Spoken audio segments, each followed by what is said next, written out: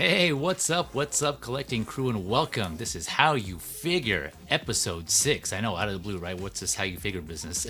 Yeah, to be honest, I've been slacking on this video series slash live stream, but this is a video series where I get like a certain topic related to collecting action figures. Either most likely 1/6 is where it focuses on, but I get a topic and then myself and some panelists join and we discuss that certain topic. So I haven't been too many, as you can probably tell from the channel, but the ones that are included are one such as this, a yearly recap of the 1/6 figure. So this is the third time I've been doing this. This is the third annual, I guess.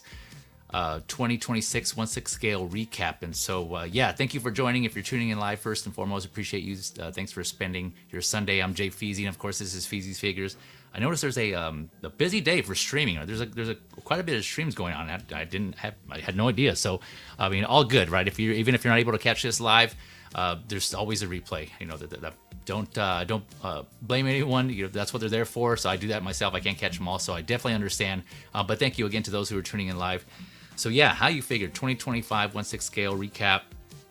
This one, you got to be honest, it took a lot of time and effort, more than I thought. Even though I already had the template from last year, but still, you know, this was took some preparation. So hopefully you all enjoy this, or at least find it informative. Yeah, so there is a interactive trivia portion here that I'm going to start off with to get you guys involved. Like I mentioned when I appeared on some previous streams, that I just opened that trivia up to the panelists at the time, but now I figured, you know, I'll just switch it up, make it more interactive. So I'm going to involve the chat. Speaking of, I'm going to address the chat here real quick so I can find out if I'm good or not. Here we go. We got in the chat joining us, S Beam in the house. What is up, S Beam? He's 20 or we riot, man. I'm campaigning that hashtag there, that front. Look, always going on. He's a big fan of Feezy's 20. Chat, let me know, since for right now I'm rolling solo. I may or may not get some guests later on. If not, no worries. But yeah, because of that, just let me know how my audio and video is coming in. You know, I think I checked it. I keep, like, I'm paranoid now. I keep double checking on my mutes, making sure I'm good. Music volume and all that. So yeah, just let me know how I'm coming through. But yeah, thanks Beam for coming through. Appreciate it. Let's see here. Hopefully I can pronounce this right. The Chinmin World, thank you for coming through. 2019, appreciate it. I think it's the first time I've seen the channel, but always appreciate new welcome viewers, especially, you know, first time viewers. So appreciate you giving me the opportunity to see what this channel is all about, and thank you for your time as well. So yeah, appreciate it. Jose Plus in the house. What's up, Feezy? Says Jose. What is up, my good man? Jose Plus, friend of the channel. In case you missed it, I know I mentioned this before, but Mas o Menos, he hosted a episode of Mas o Menos recently on 1/6 fixes and his own channel. I know he has his own channel that he's trying to get going as well. So I'll put the link in the description below afterwards if you missed that. The most recent one, Mas o Menos, features a segment called King Shark Tank, which is just like Shark Tank. I'm sure you're all aware of what Shark Tank is, right? So contestants in this case pitching figure ideas. Yeah, it was a fun episode. We had Viking Collectibles going up Gym Collector. Yeah, they had some great presentations. So be sure to check that out if you haven't already. Thanks for coming through, Jose. Subbed, much appreciated, Chinmin World. Really appreciate that. Thank you for the support. Again, as a first-time viewer, I'm always grateful for everyone's time and support. So much appreciated. I know you didn't have to do that. Like Pokemon. Oh, is that what? I'm already forgetting. Did I make a reference to Gotta Catch 'Em All? But yeah.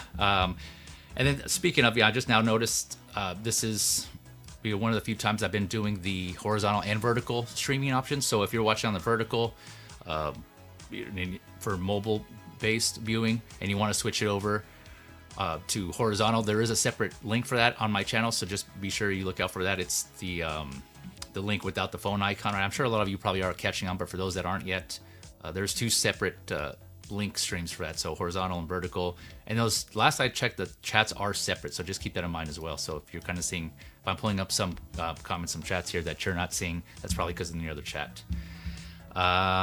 So yeah, much appreciated, Bean. Thanks for confirming audio is good. Yeah, thank you. Channel supporter, friend of the channel, and moderator. So thanks on both those ends. Beam, appreciate that. And of course, another supporter, friend of the channel, and moderator. We got Geo, the movie canon, in the house. Figures Talk every Friday. I try to make it on there when I can. This past Friday, the 16th, he hosted his annual 2025 1/6 scale figure awards there. So he unveiled the results and the winners for that one. That was a fun stream. So if you haven't already checked that out, like I said, friend of the channel, his link is in that section of my channel, the Friends of the Channel section. So yeah, thanks for coming through, Gio. Appreciate it, man. All right. Okay, so let me go ahead and pull this up here so I can get you guys started. Like I said, there is a trivia, interactive trivia involved here. I'm going to start it off hopefully on a good note or a good start here, make it fun. So I'm going to share this. All right, so this is Blookit is the website I ended up going with for this. So this is, I know off the bat it is, it was intended to be used for educational elementary school students, right? I mean, it's simple, it's basic, but it was also free 99. So I figured I'd take advantage. You can have up to 60, I think 60 players on this. So how this works is you go to the website. So there's multiple ways to join here. You go to the website, play.blookit.com, right? That's on here on the screen. Or you can scan the QR code, however you want to do it. If you want to play on your PC, desktop, or your mobile device, you can go there. And then you enter this code here, this 830266. You don't need an account. I checked this before. And so you shouldn't need an account. You just type in whatever name you want. It doesn't have to be your YouTube name, your actual name. You can type in whatever name you want because the names will show up on the screen after each question. And so, yeah, it should be free for you to sign up. You shouldn't have to create an account. You just join in and put up a username. Choose your little like icon, your Blookit icon, I think they call them. This is the first time I'm actually using this like here with you guys. I've tested it, like I said, myself with just myself, and it seemed to be straightforward, but hopefully this goes through okay. Let's see here. What else? Yeah, you enter the code here once you get there. Oh yeah, so how this is gonna work is, so this is trivia where accuracy and timing like gets you more points, right? So I'll have the question and then multiple choice answers, and you just got to get it correct. And if you get it fast enough, you get more points. And so they're all on there. The quicker you answer, the more points you'll get. And then it's just friendly competition. There's no prize in the end for this one, anyways. And so yeah, like I said, I just wanted to try this and see how this goes. And it should come up here, but you don't have to do this. Again, it's completely optional. If you just want to be anonymous and not put in your name and just play, mentally while you're watching or listening, that's fine too. Like I said, I just put this in here so in case you guys wanted to play along. Each question you'll have 30 seconds, so I think that's enough time. I kind of timed it myself, and that should be enough time. I'll read the questions as we go along too, and hopefully you guys have enough time to do that. So I'll give that a few minutes in case there's anyone. Let me continue addressing the chat here while you guys sign up and do that, and let me know if you have any questions here in the chat. Hopefully that kind of hopefully you guys get through okay. Let's see, Jose Plus. Thanks for always giving love to the show. Yeah, man. Definitely. You're doing, I will say, side note, I started watching since the beginning, of course. I try to catch them all, if not live, if on the replays. And definitely see the progression, man. You are getting better, so props to you. I definitely see that, it's just kind of like with anything else, like all of us, right? Myself included. In the beginning, I'm sure all my stuff was cringe AF. And it probably still is to some of you, but just like anything else, right? The more you do it, the better you get, and the more fluid it gets. I still make mistakes myself, but Jose, yeah, I just noticed your progression, man. You're getting better and better with each episode becoming host. So yeah, kudos, shout out to you, man. Shout out to you. Let's see here. It says we need to chat about getting you back on guest shows before your tournament matchup. Oh yeah, yep. I got my redemption matchup coming up. So yeah, when if I'm able to, man, I would definitely like to get on there. I think next few weeks it's gonna be busy for me. So hence why I'm doing this stream now. I mean, I kind of was in a pinch to get this done. So to tell you the truth, this stream and prep for it because I'm gonna be busy the next few weeks here. But all right, let's see. We'll give it a few more minutes here. Again, if you want to, we're gonna do the interactive chat or interactive trivia. If you want to play, just go to play.blookit.com here on the screen. Type in that code, and then that should take you to this trivia game here. There's also a QR code that you can scan there if you want to do that. Let me see if I can put the link in the chat here. See if that works. Yeah, I don't know if it shows up as a link. I don't know how. Maybe I have to do that on the YouTube side. But yeah, there you go, right there. Yeah, And then Valkyrie Magnus in the house. My man Magnus, what is up, my friend? Feezy, I'm on lunch break. Yeah, no worries. Yeah, I know you had to, you're taking the sacrifice for a lot of us who have the day off, myself included, hence why I'm doing this on a atypical Monday. Yeah, I normally don't stream on Mondays, but I had the day off today, so I figured I might as well. Like I said, I'm going to be busy, so this is probably like the best time for me to get this done. But all right. Looks like we lost some people here. Oh, they're coming back. Okay. All right. Yeah, a couple more minutes. I think I saw Geo in there. Let me wait for at least Geo to come back. And you can join late, too. I think there's an option where I put if you want to join late, you can do that as well. But I'll wait for Geo here. I don't know if Geo's going to be playing still or not. If not, then we'll go and start here. There he is. All right. I think that's good for now. Okay. Here we go. Without further ado, let's go ahead and get this started. And then after all of these questions, I'll go ahead and go back and I'll touch on some of these questions and provide a little more feedback on that. Oh man, we keep losing people, but okay, here we go. Starting off the trivia game. Again, if you want to jump in late, you can play.blickit.com, enter this code here, and then you should be able to just put in a username, select your icon, and then you should be good to go. But here we go. All right. Here we go, getting ready. First question. How many figures did Hot Toys release in 2025? All scales, not including deluxes, sets, or optional artisans. So these are all just unique figures, right? If a figure has a deluxe, I'm not including that. It's just a figure by itself. Or sets, right? I'm not counting sets as one. I'm just counting the figure. And then if a figure had an optional artisan, I'm not counting as well. So 103, 104, 102, or 105. Let's see here. Oh man, so far no one's got it right. Yeah, I know that one's kind of weird because there's the I know people count them differently on that one. But let's see here. What I counted. Oh, here goes the next one. I guess I'll touch on later. Okay, here we go. How many artisan figures were released? 9, 7, 6, or 8? Man, so it's just going bam, bam, bam. Okay, so I'll come back and I'll address these answers here. How many artisan figures were released? 9, 7, 6, or 8? Let's see here. This is obviously these are based on 2025, last year as a recap. Let's see. Oh, Brian got that one. 6, yeah, quick with the quickness, followed by Geo. All right, so far Brian's in the lead, then Geo, and then Beam in third. Okay, here we go. Next question. Which Hot Toys series/wave had the most figures released, right? Not the brand, not like DC or Marvel, but more specific, like the, here the answer is Star Wars Episode 3, The Clone Wars, Ahsoka, or Deadpool and Wolverine. So which Hot Toys series wave had the most figures released? Episode 3, The Clone Wars, Ahsoka, or Deadpool and Wolverine? 3, 2, 1, bam. All right. Oh, Beam got that one with the quickness. 6 points. And Brian, sorry, Gio, missed that one. But it was a good guess. Right? You got a 1 in 4 chance there. Okay, here we go. Next question. So there's 10 total. I forgot to add that. There are 10 total. Which month had the most Hot Toys releases? September, December, March, or April? Which month had the most Hot Toys releases? 4, 3, 2, 1. Beam got that one again with 6 points on that one. All right, so far he was in the lead. Okay, Beam's in the lead with 12, Brian with 9, and then Geo with 3. Okay, here we go. Next question. Which figure took the longest to release? So from announcement to release in 2025. Is it The Flash, from The Flash, Robert Nora, Zorro, One Piece, Indiana Jones, Style of Destiny, or Scarlet Witch Endgame? Which one took the longest to release?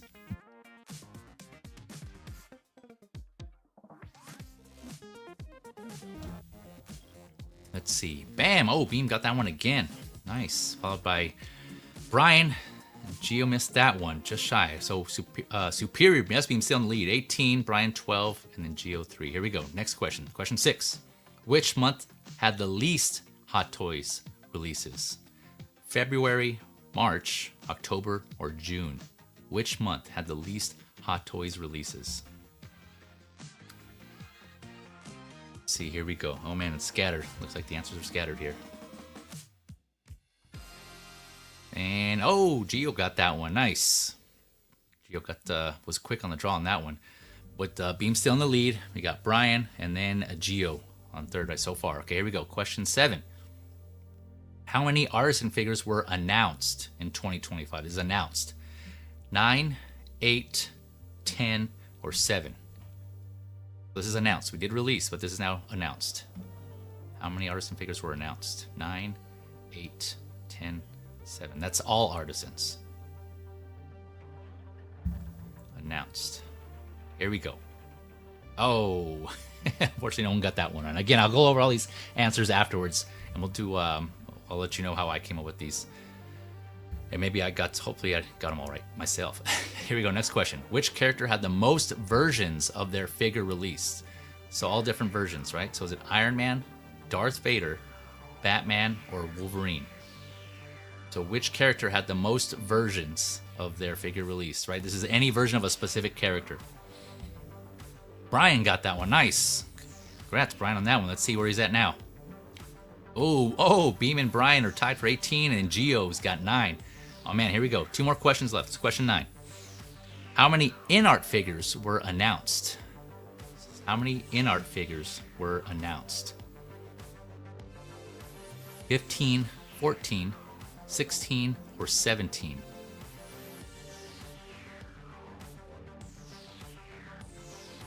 Oh man, no one got that one. I guess that was a little more tricky. Okay, that one's again, I'll go over that later here in the stream. All right, last question. Here we go. Last question. Question 10. How many figures were not officially sold in the US? 2, 4, 1, or 3?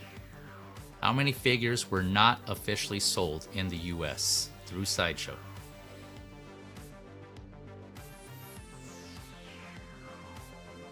Oh, bam, and I guess I just realized now you guys can already see the answers there on the on the screen, but there we go. Results. Oh man, and first place we got Brian. Dang, came up at the last couple of questions there. Brian took first with the score of 24. S Beam came in second with 18, and Gio got the third place with 9. Nice. Congrats, fellas. Let me see. I gotta definitely play you one of these. Thank you. Appreciate you guys playing along. And then yeah, hopefully those of you just decided to watch, hopefully you got some of those too. And like I said, this try to make it different, switch it up. Hopefully that was fun for you all that played. Let's see here. Let me go back to the questions. I guess I can't here. Whoa, view report. Let me see. Nope. Okay. I guess that just has all the stats here. But yeah. So. Let me go back to some of the questions here. Hopefully I got them right in order. Yeah, so how many figs, all scales, did Hot Toys release? I counted 103. Again, I'm not including like if a figure had standard deluxe, I'm not including like those as separate. That's just one. Like if a figure came with a set, like the dewback, for instance, I didn't count that as one. I just counted the figure, the dewback, or I'm not counting vehicles or things like that. What else? Optional Artisans, like I said, I'm counting like unique figures in that case. And so net all scales, including the 1:1 and the 1/4 scale that was released, the Grogu 1:1 scale, and the Iron Man Mark 6 quarters scale. So I know people count those differently, but I just wanted to mix it up because I know quite a few of us content creators / YouTubers were all tracking this. So I wanted to switch it up a little bit, try to make it a little more tricky there. But yeah, hopefully I got my counting right on that one. How many of those were Artisans? So how many Artisans were released? I have 8, and I will go over those later in a later slide. We're going to cover that. How many Artisans were announced? I counted 11. 11 announced. Let's see here. Wave series with the most releases. Yep, it was Ahsoka. I think a lot of you got that right, if not most of you. It had 8 releases with Ahsoka, and then tied for second was Deadpool and Wolverine, Star Wars Episode 3, and then Clone Wars. They each had 6 releases for last year of 2025. And I saw, let's see here, I saw Red Wolf. Thank you for joining us, by the way. Appreciate it. He says, how many good Artisans released, right? I guess that could have been a follow-up question. How many good Artisans? Yeah. Obviously subjective on that one. Let's see here, but let me see. A month with the most releases. From what I was tracking, and again, I've been tracking these throughout the year, and so hopefully I entered it wrong. I know there could be user errors, so apologies in advance if that was the case, if someone gets something different. But yeah, I tried to be as accurate as possible. But with the most releases, I got April and May were tied, but I don't want to put them both in there, obviously. So I just went with, I think it was April on that one. So that had the most releases. And I just realized I forgot to put how many were in there for April. But the month with the least figures was a tie as well. So February, August, and June, I think I had is what the two separate, or the three, the tied for three for the least amount of figures. Let's see here. How many were not released in the U.S.? That, let's see, if I tracked it correctly, that was 3. And that was the Galen Erso, the Anakin, Sith Apprentice, and the Spider-Man 1978, right? So those the Star Wars one, the Galen Erso, and the Sith Apprentice. Was it Vader? I guess it would be Vader, not Anakin, technically. And I should bring that up. But those were Star Wars Celebration exclusives, right? So those were only sold there. And then obviously the 1978 ultimately didn't get offered here in the U.S. and the States. I know other countries outside, mainly China, were able to grab that. But those were the first 3. Again, let me know. I may have missed one, but I think those were the only 3 that I was tracking on that. Figure with the longest release date. So from announcement to release was Roronoa Zoro from One Piece. Again, the way I calculate, I didn't have time to convert this to months or years. So if you guys, any in the chat, can have a chance to do that, it's 724 days. So that was how long from announcement to release, 724 days, followed by Indiana Jones, the Island of Destiny, that was 679 days, and The Flash from The Flash was 631 days. So yeah, quite a while on that one. That was almost 2 years for Zoro, right? At least 2 years, right? Because you do 365 times 2, so almost 2 years for that one. Let's see here. So next up, let's see what I had. Which character had the most versions of them released? That was Batman, and I counted 6 different versions of Batman. Again, that's all iterations released last year. That's the armored and the unarmored from BVS, and what was it, like Dark Knight Returns, like all those iterations. So I counted 6, 7 if you include the Armory. I didn't really include that one, but I mean, I guess if you want, either way, it still would have had the most. So 6/7, I'll say. But yeah, thanks again for playing. Let's see, we got Jay Hunter Reviews. Yep, he gets Batman as well. Thank you for joining us, by the way. Appreciate it. Yeah, Magnus on this. Yep, also got Batman. Brian CG, yeah, man, you won. Congrats on that. Yep. Yeah, that was a cool idea for you. Yeah, thanks, man. Yeah, I was hoping people would like that. Again, I just wanted to switch it up, and I had to do some research to find out what was there. I know there's a few of them out there, but that, like I said, that was free 99, simple, basic, straightforward. So yeah, hopefully I can try to do it again on feature streams or something outside of How You Figure. But okay, with that, let us go ahead and get to the actual meat of it itself. Like, starting off with Hot Toys. This is mostly going to be a Hot Toys focused stream, obviously, because they have the, as you'll see when I start going through this, they have the bulk of the releases, right? That's pretty much what a lot of collectors are aware of, right? It's just, hence why some people say they're the quote unquote king, is because they're pushing out the volume, the quantities.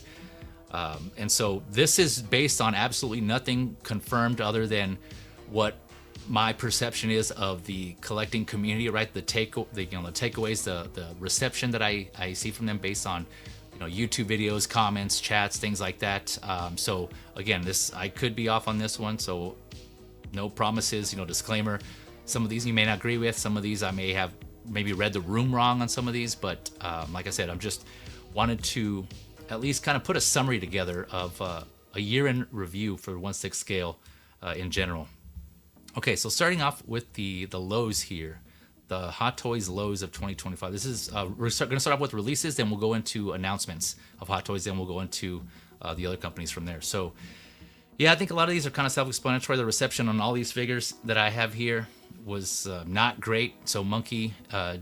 Luffy, there on the far left from One Piece. You got the Anakin Clone Wars. That one I was a little hesitant to put in because I know a lot of people, and I agree, like the likeness was there. It's just a facial expression a lot of people were not fond of, right? And so I think that's what I was kind of that's what I kind of noticed, basically. It wasn't received well because of the expression. I know it was scene specific, and that based on the Ahsoka show, but I think there's a lot of people who didn't. It didn't really sit well with a lot of collectors there. And last I looked, it was still available for pre-order on Sideshow, which is not really any like official metric in itself, but still, like, usually Anakin sells pretty well. They have multiple versions of him, right?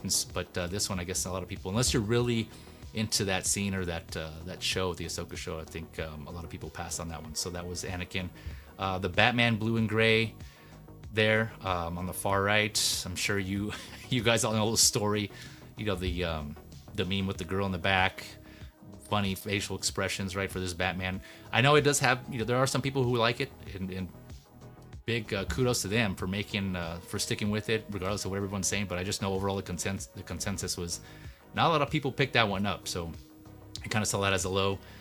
Let's see. Oh, I skipped over the fractal armor. There in the middle, there's the announcement and the release of a newly designed Iron Man. I mean, yeah, like the base is the Mark IV, but this was a new kind of look to Iron Man.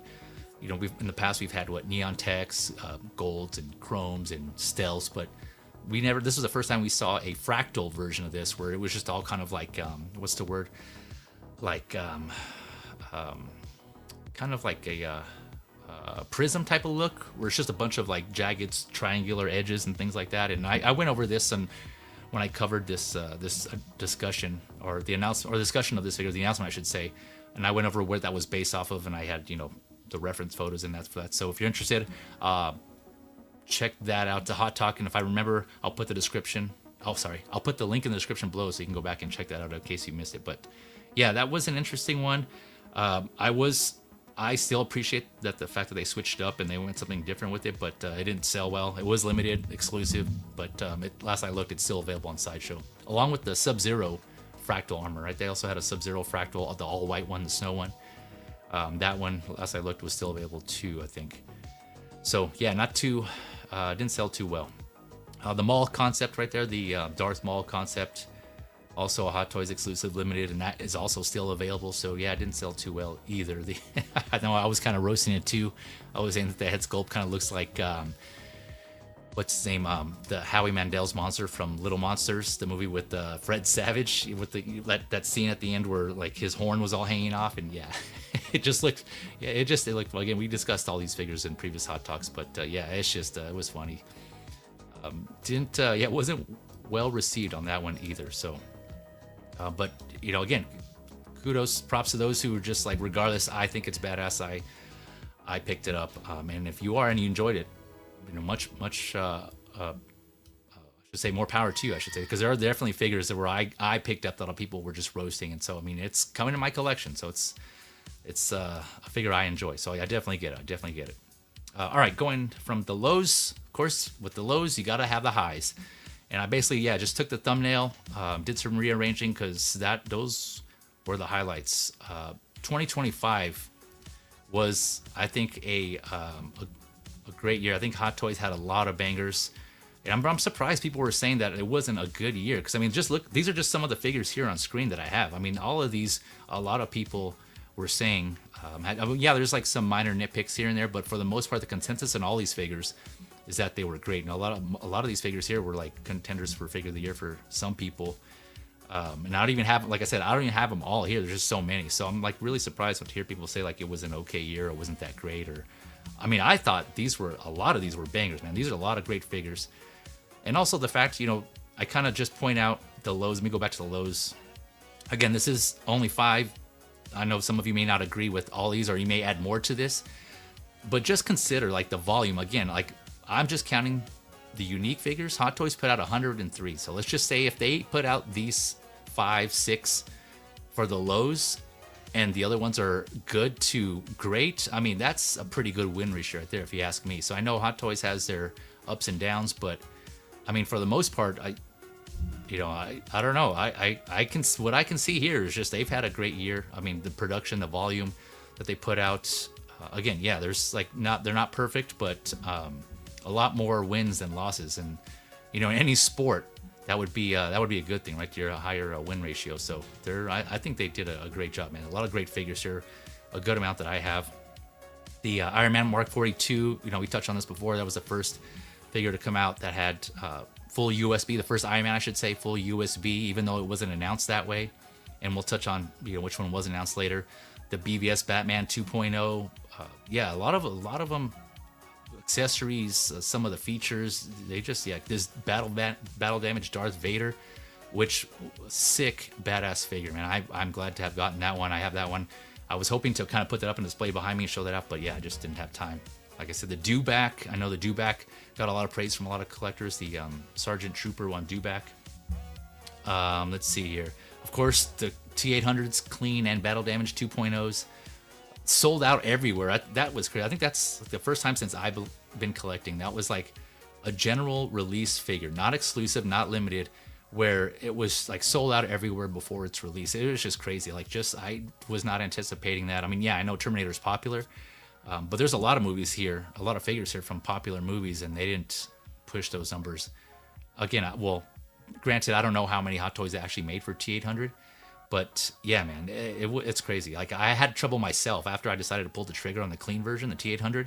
I had trouble getting one, and I just happened to be at the right place, the right web page at the right time to see one come available, and I was able to pre-order it. I jumped on it with a quickness. But yeah, it's like, yeah, most of the major retailers, the popular, reputable ones, all sold out. So if you're still looking for one, I wish you the best of luck, because yeah, it's just crazy. It's crazy. Wednesday, of course, out of nowhere, but another popular figure. Deadpool, Wolverine, I think those speak for itself. That Artisan Scarlet Witch, I think a lot of people ended up being happy with that. Black Widow, of course, another Artisan. A lot of people, the consensus, were happy with that one. That Doom, Dr. Doom, oh man, yeah. Classic comic Doom there. That was a lot of features, accessories, a Diron base with that one. Yeah, it's just Grievous, of course. A lot of collectors were anticipating, waiting for that one. General Grievous. I heard some minor issues so far, but I don't think it's widespread. But yeah, Hot Toys Grievous, a lot of people waiting for. Of course, that Darth Maul 2.0. Yeah, like I said, this is just on this page, right? I couldn't fit them all on here. There's just so many. But yeah, I don't know. If you ask me, I think this was 2025 was a win for Hot Toys. Yeah, just based on Deadpool and Wolverine alone, man, just like how many figures they came out, and a lot of people got those. So, yep. All right. Let's see. So, and again, compared to last year, I went through and I was curious to see what last year, about 2024, the releases to last year. I think the standouts for 2024 were She-Hulk. A lot of people praised that one. Mantis from the Guardians of the Galaxy Holiday Special. A lot of people really like that figure. The more Vaders, right? There's 2 Vaders released last year. The Obi-Wan Kenobi and the Return of the Jedi. I have both of those. Yep, I got multiple Vaders. Those got high praise. The Bane from the Dark Knight trilogy. Oh man, yeah. That Bane, that Bane 2.0 with the seamless arms, a lot of praise. The Heath Ledger Joker, Artisan. Supergirl, that one is also another one that's hard to find now. That's pricey on the aftermarket, but yeah, but it just seemed like compared to that, there were some bangers that year, but this year it seems like there's more. So they're on the right track if you ask me. Okay, let me address the chat here before I go on. Let's see here. SB saying Maurice. Who am I? What am I missing here on the Maurice part? I think I'm missing something there. Went over my head. Sorry. Still waiting. Beam says still waiting for that battle damage Vader. Oh man, yeah. I'm curious to hear what you think about it when you get it in, because yeah, man, it's awesome figure. The one where it's just, I know a lot of collectors mentioned this already, including myself, but I'll reiterate just the fact that it's kind of in that space between a statue and a 1/6 scale action figure. You have that cape with his helmet silhouette in the back. You can even see it in this thumbnail. Just having that option, right? Because I know we've always did the compare and contrast between statues and the dynamic poses of statue versus the articulation and the variability with action figures, 1/6 scale action figures. So this looks like it's this Vader at least is a good medium, and I think this is the only one so far that has something like that statuesque. Where you can kind of go both options on that route. So love the option, man. Love the options. Movie Canon saying no issues with my Maul 2.0 or a Grievous. Oh, nice. That's awesome to hear. And yeah, sorry, I only meant, sorry if this is confused, but I only meant I've heard people have minor issues with, or some issues with the Grievous, not with the Maul. I was just saying the Maul 2.0 was also another great figure that a lot of people praised as well. So, but yeah, thanks for sharing that, Sheila. It's good to hear that you didn't have any issues. Where's Nice Pool? Yeah. Hashtag Where's Nice Pool by SBeam. Yeah, like I'm saying, man, I couldn't fit them all in here. I at least got Deadpool and Wolverine, right? The two main characters of that movie. But yeah, Nice Pool, Kid Pool, all the pools. Yeah, Hot Toys just brought them all. And there's still some coming out. We have that Weapon X, Age of Apocalypse. And we're going to look at that later. But yeah, it's just they pumped them out, man. They pumped them out. Let's see. Oh, I see. Beam. Maurice says, Howie, man, down. Oh, gotcha. Thank you. That's right. You see, that's how long it's been. I completely forgot. Thank you, Maurice. Yeah. Maurice from Little Monsters. That's who I was referring to about when I mentioned that mall concept and what he reminded me of. But yeah, thanks, Beam. Magnus. All right. No worries, Magnus. Thanks for coming through, man. Hopefully the rest of your shift goes okay and not too stressful. All right. So let's see here. Speaking of Artisans, next up, we're going to cover the Artisans released last year, and I don't think there's any particular order, so this is where I got the 8 from. I know I mentioned 8 Artisans released. Actually, no, I lied. I think I have them in order of their release time. So we got the Anakin episode 3, the Sith Apprentice. That's the one I was talking about in the upper left there. Let's see. Then starting from the top left, try. Then we got the date. Wait, let me see here. No, I think I got them backwards. So yeah, I think I got them backwards. So Anakin episode 3, then Darth Vader Sith Apprentice. I think I just forgot to rename that. Scarlet Witch, Dark Empire Luke, the Joaquin Phoenix Joker, the Black Widow, of course, Scarlett Johansson, God Loki, and Iron Spider was released December there towards the end. So yeah, those were the 8 Artisans. Let's see here. Then, yeah, I think it's pretty straightforward. There's a lot of controversies behind some of these because there's that whole glue gate. I know some collectors mentioned that on some of their figures. But I don't know. I don't know if that. I never got the consensus on if that was actually widespread or if that was just some collectors, right? If you consider like Black Widow, for instance, there was like 6,000 total sold. If you see all these in the thousands, and there's only, let's just say, like, I don't know, 50. I don't know. Even then, I don't even know if I've heard from 50 people. Granted, that's like 50 vocal people, right? Assuming. I don't know if it was that widespread. Like now, whether like the quality and how the appearance actually looked, that's something that's obviously subjective. But as far as like issues with glue or anything like that, I don't think it was really that widespread. It seems like, especially like I said with Black Widow, I think I may have heard like a couple people mention there might be some remnants of glue there in the Black Widow figure. But like I said, overall, everyone was just praising, even calling it, it was up for figure of the year to some channels. So I think that just shows more of like the positives for these in general. So maybe, I don't know, but not to say those glue issues aren't going to come up in future releases, or they're going to be completely gone. Or maybe Hot Toys has corrected it. They go like, all right, you know what, we gotta switch it up for these newer Artisans coming up, and get that corrected. So we shall see. We shall see what 2026 brings. Okay, let's see here. What else we got? Going from that was all the release news. Going to announcements. So announcement lows. This is kind of, again, what I tracked based on the feedback from the collectors, the collecting community. And you may not agree, which is all good, of course, or you may add some more to this list.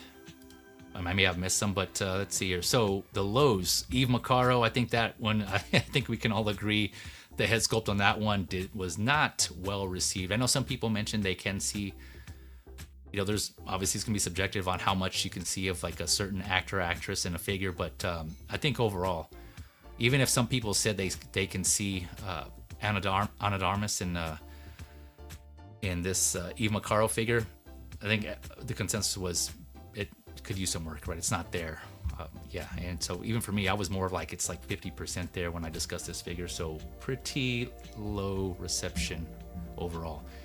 The Human Torch, which is now, I don't know, a lot of you guys know, that was just recently released earlier, but like I think last night or today. But yeah, when this came out, when this was announced, same thing. A lot of people did not like the head sculpting. Consensus was, that also needs work, and people were saying they can't see Chris Evans at all. We're saying it's somewhat there, but I think again, consensus is it seems like it's just off.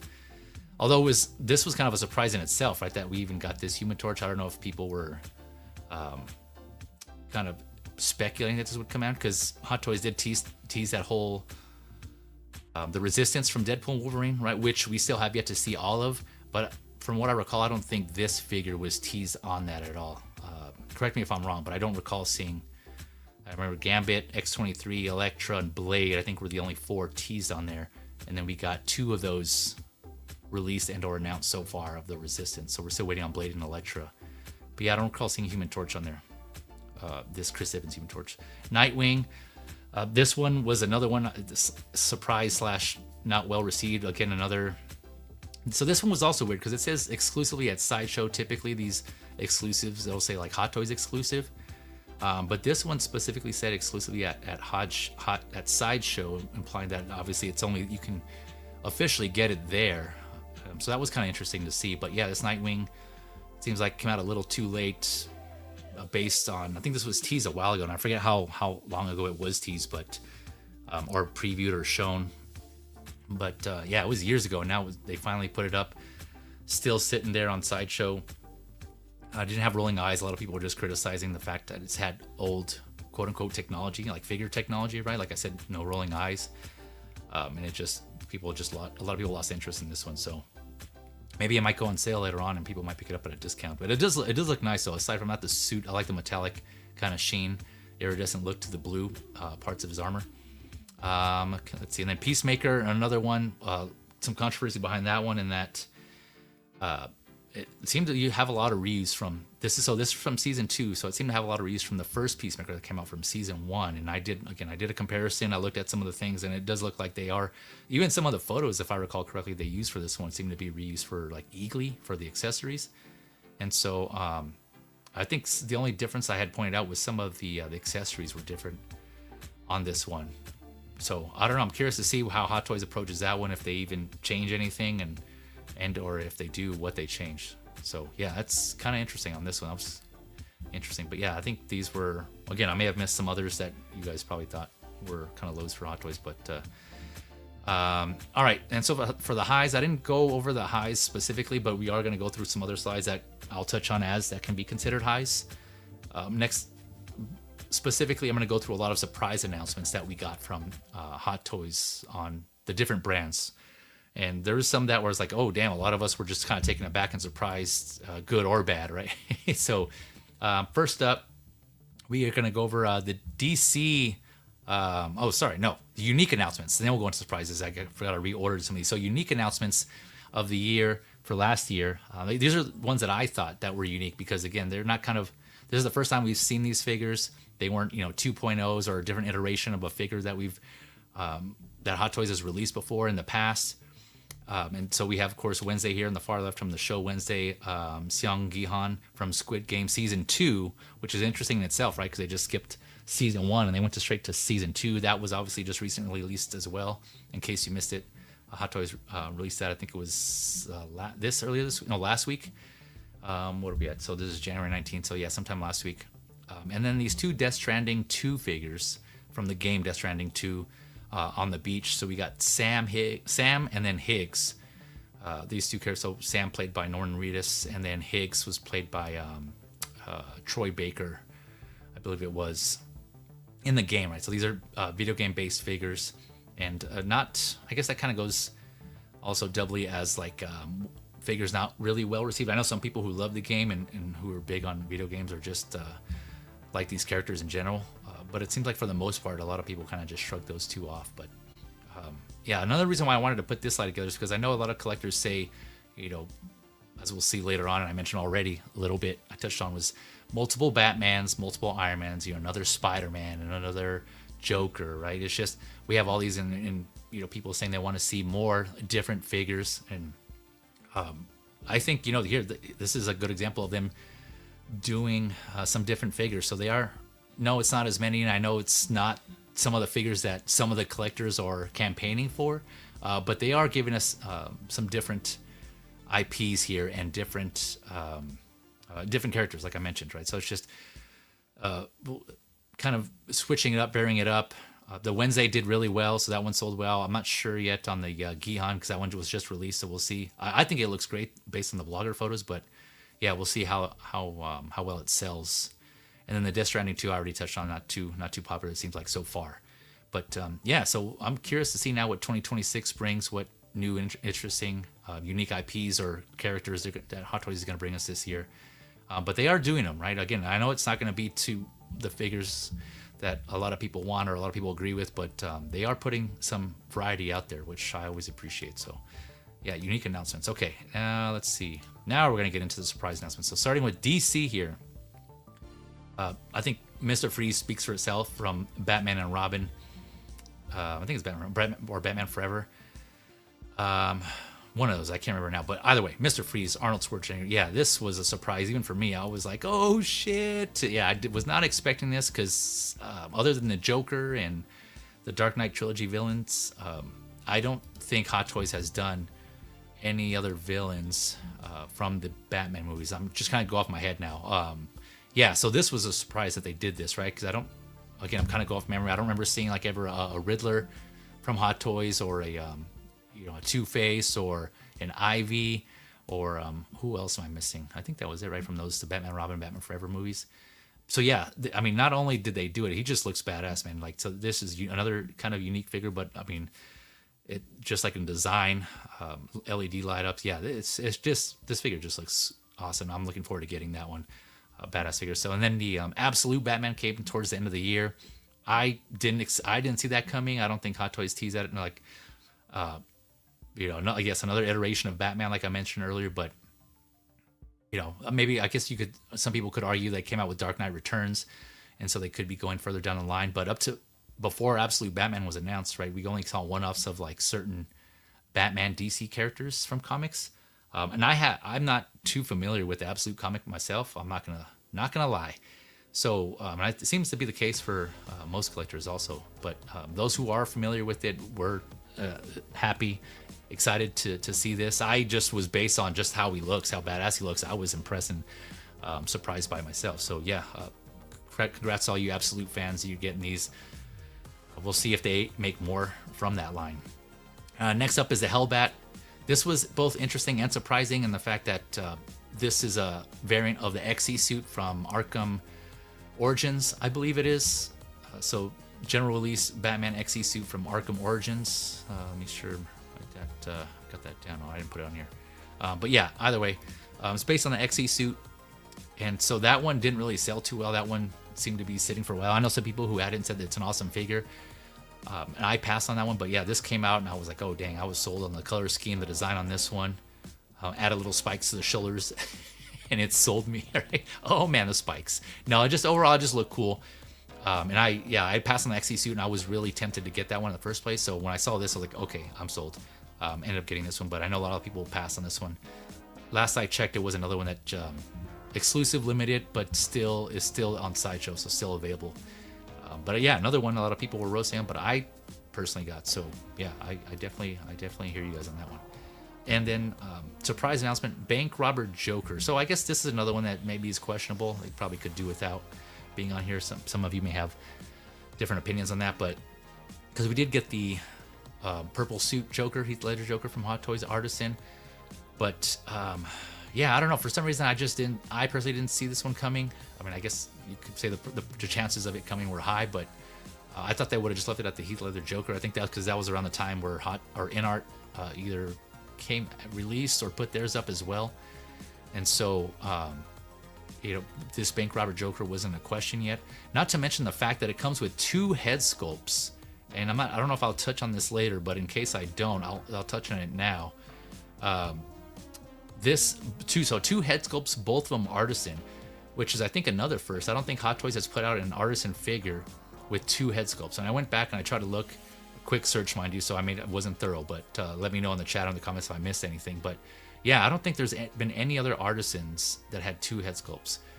I know there is Beetlejuice, right? That from Beetlejuice that had 2 head sculpts with implanted wool hair, but that's not labeled Artisan. So yeah, I know to this day, we're in 2026, folks.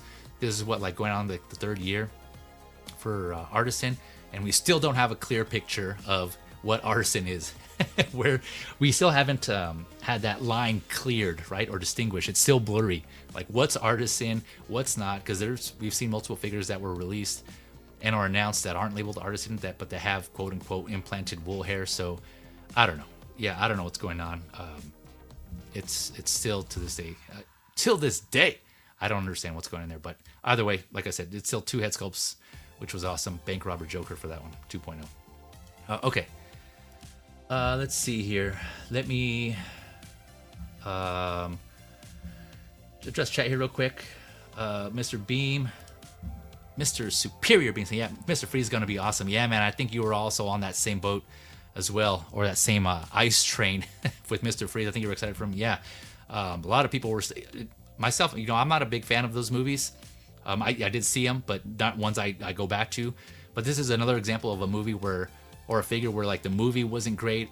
Some may say it's really bad, but the figure itself is just awesome. So I know we've had a couple like that before. So yeah, man, I'm with you. We got Figure It Out in the house. Figure It Out reviews. Thank you for coming through. Appreciate it. Hello, everybody says. If you haven't already, check out Figure It Out reviews YouTube channel. Really informative. Also kind of similar take as myself on how I approach my streams. I've seen some of his reviews. He does a good job of not only unboxing and reviewing, but also providing some info background on the character or figure he's reviewing. Sometimes he does like retro reviews too of older figures. So yeah, good stuff. Figure It Out. Yeah, I appreciate because I know that also takes time. So I'm there with you. So yeah, if you're interested, go check out his stuff and his content, his channel, and see what he has to offer. But yeah, thanks for coming. Figure It Out. I appreciate it.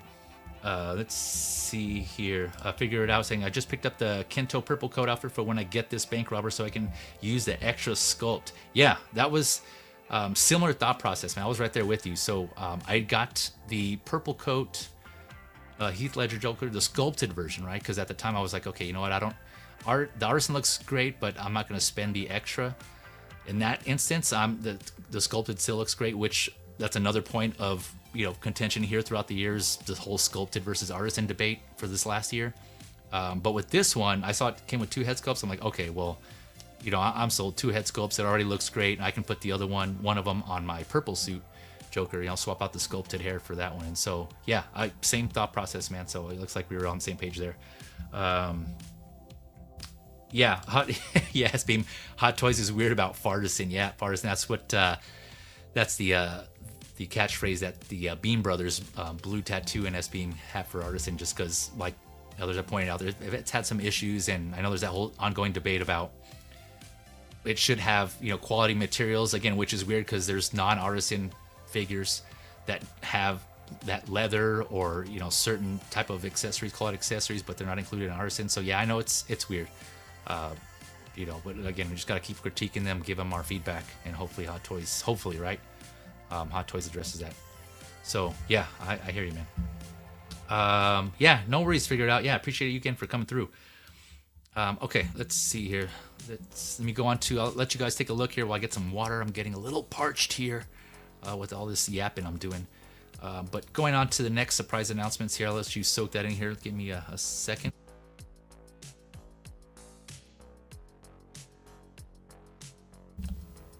All right. Yeah, sorry about that. Yeah, I had to keep it going. Okay. So surprise Marvel announcements. Again, this is kind of both a little of what I thought was surprising and like the kind of the reception that I kind of observed from the community here. Let's see. So yeah, I didn't put all the names here, so I'll just read them from going top left to bottom right. So you got the Artisan Winter Soldier, the Bucky Barnes from Captain America: The Winter Soldier, I think it was. Yeah, I think it was that. So that was surprising because it had been years, I think, since we've seen Hot Toys do another proper Winter Soldier figure, right? They had released one a while ago, and I forget how long ago it was, but yeah, we got a quote-unquote 2.0 in an Artisan fashion. They didn't come out with the sculpted version, but yeah, they came out with this Artisan one I thought looked great. I didn't have one and a Winter Soldier in my collection, so yeah, that was a pickup for me. Weapon X from Age of Apocalypse, or the Deadpool and Wolverine Weapon X of Age of Apocalypse, right? So that's what here on the top, second from the left, right? So that's from Deadpool, Wolverine, the Age of Apocalypse Weapon X version / Wolverine version. And so, yeah, that was surprising because not a lot of collectors or people in general, I should say, know about this version of Wolverine / Weapon X. Is based obviously on the Age of Apocalypse version. When I saw this on the film, I was stoked. I was like, oh shit, yeah, because again, not a lot of people know about this one, that version of Logan. But yeah, I was a fan of that whole comic arc. I have a lot of figures. I think all of them that were released on Marvel Legends. Because yeah, it just was. I was a fan of that. But yeah, so surprising that Hot Toys went this route as opposed to like other ones that may be more popular. I know a lot of people were saying, where's Patch? That he also made an appearance, or like the Short King Wolverine. I don't know how they would do that one. Hot Toys would have to make a new body for that one. But yeah, the Cavalry, I know some people were mentioning. So yeah, it's interesting how this one went up.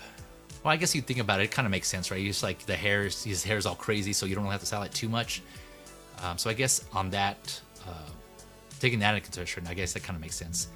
Superior Iron Man, let alone it being a comic and his appearance, this was a surprise also because this was the first Hot Toys Iron Man figure announced with full USB. So this was actually put in the description, and we were all surprised, myself included, like, oh, finally, after years and years, collectors tired of those button cell batteries. Collectors were saying, can you please just make the Iron Man full USB? Just figure out a way, get it done. And so, here they are. First announcement for Superior Iron Man, full USB, just one plug into, I think it was his upper back. I forget where the plug's at, but yeah, powers his whole body with all the lights throughout his the whole armor. And like I mentioned earlier, that was the first announcement. The first actually release was the Iron Man Mark 42, the 2.0, that was released last year. So again, I mentioned that was a little surprising in itself because in the description of that one, it mentioned button powered, the LEDs powered, battery powered, right? And it didn't say anything about USB except for the base, I think it was. But I guess along the way, Hot Toys decided they were still at a good transition point in production. We're like, okay, you know what? Go ahead and switch it over to full USB, and that's what they did upon release. To our surprise, to collector surprise, it was full USB on that one as well.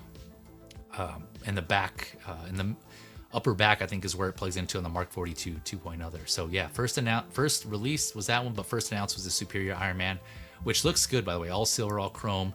You got that comic head sculpt, Tony Stark head sculpt there, which looks awesome, with, of course, swapping out with the full Iron Man helmet. Yeah, so it looks good. I was tempted by that one, but decided to pass. So it does look great, though. It does look great. Galactus. No, a lot of collectors surprised by this one. This is the first collectible, I should say, because it's not an action figure. Although it has 5 points of articulation. This is the first collectible in Hot Toys' new line, the Soft Vi line. So soft vinyl, I presume, is what it stands for. Because that's what it is. It's a vinyl figure with 5 points of articulation. I think the head, the arms on the shoulders, and then the torso, I think it is. There may be some other points of articulation I'm missing, but I think it was 5 total. But yeah, based on the Fantastic Four First Steps movie, I think that's what the subtitle is, First Steps.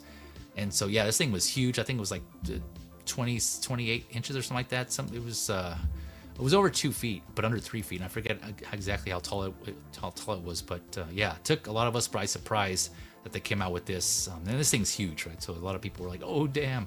And it comes with little Fantastic Four figures that you can put kind of around him, that you can kind of, stationary static figures, but you can kind of put them around him like they're kind of attacking him. So yeah, I thought that was really cool, really interesting on that one choice. So we'll see what other figures we get from the Soft Vi line to add to, what is it? Hot Toys has Hono, right? There's, from as far as I know, they're still going with their Hono line. What else? What other sublines do they have? Of course, there's Artisan. I mentioned Artisan. I think that's it for now, as you count sublines. Let me know if I'm forgetting something, but yeah. So Spider-Man, we got all the Spider-Man here on the bottom. The 1977 on the bottom left, the 1978 there in the middle. Let's see, do I got that right? I think that's right. And then on the bottom right, controversial in itself, but still surprising, the Battle Damage Spider-Man, the Battle Damage Tobey Maguire from the first Spider-Man film. Yeah, I thought that looks good. That looks, again, I won't go into it because I know I went over this on when I had this the previous Hot Talk episode where we had this announcement and we discussed it. But aside, all the issues aside, I think it still looks great. I know it's not accurate, a lot of issues there, but I think just despite all that, I think it still looks good. The 77, the Spider-Man 77 and 78 were a little surprising, but it's Spider-Man. I think I mentioned this too. It's like, yeah, it's kind of surprising, not surprising at the fact that they did these versions, but again, it's Spider-Man, right? How many Spider-Man from Hot Toys have we gotten so far, right? So it made sense. That one had its own controversy because in the 78 was advertised by Hot Toys and Sideshow, like it was going to be sold here in the States. But like, if you guys remember, this was one of the figures that I mentioned was not sold in the US after all. For whatever reason, I don't, they even had posts on the Hot Toys, I think the social media. On social media, Hot Toys made posts in English. And then Sideshow did as well. But then on Sideshow's RSVP page, it says something to the effect of, you can RSVP. This won't be sold in the US though. So just, stay tuned for more news or outside of like US markets or something like that. So I can't remember what it to the effect, but basically, yeah, not sold in the US. So that was kind of an interesting take. I'm not sure what was going on there. I don't know if it was planned to initially and something happened either with licensing or production. I don't know. So that ended up not being sold in the US. And then the 77, another surprising figure, but also somewhat controversial itself in that it was a limited, of course. That's not surprising, right? Limited, but it was limited to 600 units. So yeah, 600. I don't know where Hot Toys came up with that number, let alone any quantity they come up for their artisans. I'm sure there's some speculation like, okay, we think this is going to sell this many and account for this much. And so, there's varying degrees. I get some characters are more popular than others, but I have yet to see, I don't think any of us have seen an exclusive limited that low in a number, right? So edition size 600. Yeah, that was an interesting one there. So just both those two announcements, there was just a lot of funny business going on between those two, the 77 and 78 Spider-Man. The Spider-Man. So yeah, I'm not sure. And then the battle damage, Toby, again, the only thing I will add on that is I know there was a lot of there was a lot of campaigning for the black suit Toby that came out last year, 2025, the black suit Toby from Spider-Man 3. And there was a big push, kind of similar thing. And I think if collectors wanted some changes done, I think that would have been the year to do it if everybody were to jump on board and, like we usually say, vote with your wallets. But it ended up still selling well, surprisingly. So, and I touched on what we touched on before. Regardless if collectors are still buying certain figures despite its some of the issues, then Hot Toys will keep making it. So, and it's just numbers, right? If you kind of look at it at numbers, right? If they're making thousands of these, but there's say like about 100 or so collectors that are not pleased with a certain figure or the outcome, or if they have issues with a certain figure, I don't think that's going to move the needle. You need massive impact for that to happen. So I just wanted to add that, kind of something to consider, give some insight on that. Of course, always speak up, and as I always say, vote with your wallet and give your critiques to criticism, or else Hot Toys won't know. And then it may get resolved. The issue may get resolved, or it may not. But they just won't know in general unless you let them know. So just worth mentioning and considering that one. But all right, so that was the surprise Marvel announcement. So going on to, let's see here, where we at? Another major IP here. The Hot Toys, the big three, right, with Disney. So you have your Marvel. Wait, what was the big? Oh no, sorry, not Disney. Just your big three that Hot Toys has: your DC, Marvel, and of course Star Wars. So your Star Wars announcements here, surprise announcements. Galen Erso, that's the other one here, top left. That's another one I mentioned. That was one of the three that weren't sold here in the U.S. because it was a Star Wars Celebration exclusive to Japan, because that's where Star Wars Celebration was last year, in 2025. A lot of people upset that they couldn't get that here because this was the first time, if I recall correctly, that Hot Toys came out with the Galen Erso. But it does look good. So congrats to all those who were able to get that figure in other means. Apparently it didn't sell too well, even after it came out in Japan or in Asia. That they're sitting for a little bit. So I don't know. Yeah, I guess not a popular character, not a popular figure over there. But a lot of people, need to say, a lot of people here in the States though, or elsewhere outside of Japan and China, were upset that they weren't able to get this officially, right? So we'll see. My thought was, I was speculating maybe they'll come out with another one, because there's very few figures where Hot Toys came out with a version of a character and they didn't re-release it down the road. I'm sure a lot of you are familiar with that, but so we may see him maybe labeled from a different movie or in a different suit or different, a different look. Maybe, I don't know. That's not out of the question. So I think that's still maybe the case later on. We've seen that before. The Hot Toys do that with other characters as well. Darth Nihilus, here in the top middle. Oh man, I was stoked for this one. This one they labeled Star Wars Legends, but this is a character from Knights of the Old Republic game from a while ago, and I forget which one. I can't remember if it was one or two. I'd never played any of those, but just based on like his lore and his look, I was sold, man. He just looks badass. He kind of has that like kind of is it kabuki look with the mask. I think I mentioned this on the stream where I discussed this, that he kind of reminds me of like a Naruto character with the Anbu clan or the Anbu ninja where they have the mask on. Yeah, so either way, it looks cool. It looks like a badass figure, one that I'm picking up. Another top right there, another surprise announcement was this Darth Vader. Okay, yep, I know we got a lot of Darth Vaders, but this one specifically was from the Hono line. This was based on his look in Rebels, so Star Wars Rebels, the show, the animated show. And then, yeah, there were stormtroopers that were also announced, so this kind of ties in with that, but I just wanted to be able to fit them on the screen here. But yeah, Darth Vader from Hono, Darth Vader from Rebels. A lot of people were surprised to see, because these were the first Star Wars figures from Hono that we have seen. Prior to that, we've got like Spider-Man and X-Men. I think were the main two. And like the Avengers. I know classic Iron Man. We're still waiting on the Thor. I know hashtag where's Thor. But yeah, so a new IP for Hono. So that was surprising to see that they are doing Star Wars, not only Star Wars but Rebels. Bottom left, we got let's see, Andor from Rogue One. So again, another one of those where I mentioned before on previous streams. Never say never, because Hot Toys could come out with a figure much later down the line. This is another good example of that, right? So Rogue One came out a while ago. We did get a Jyn Erso, and I believe I think a version of K2SO was released a while ago. But yeah, years later we get Andor, not from the Andor show, right? So I know maybe again there's some licensing issues there. I'm not sure what's going on.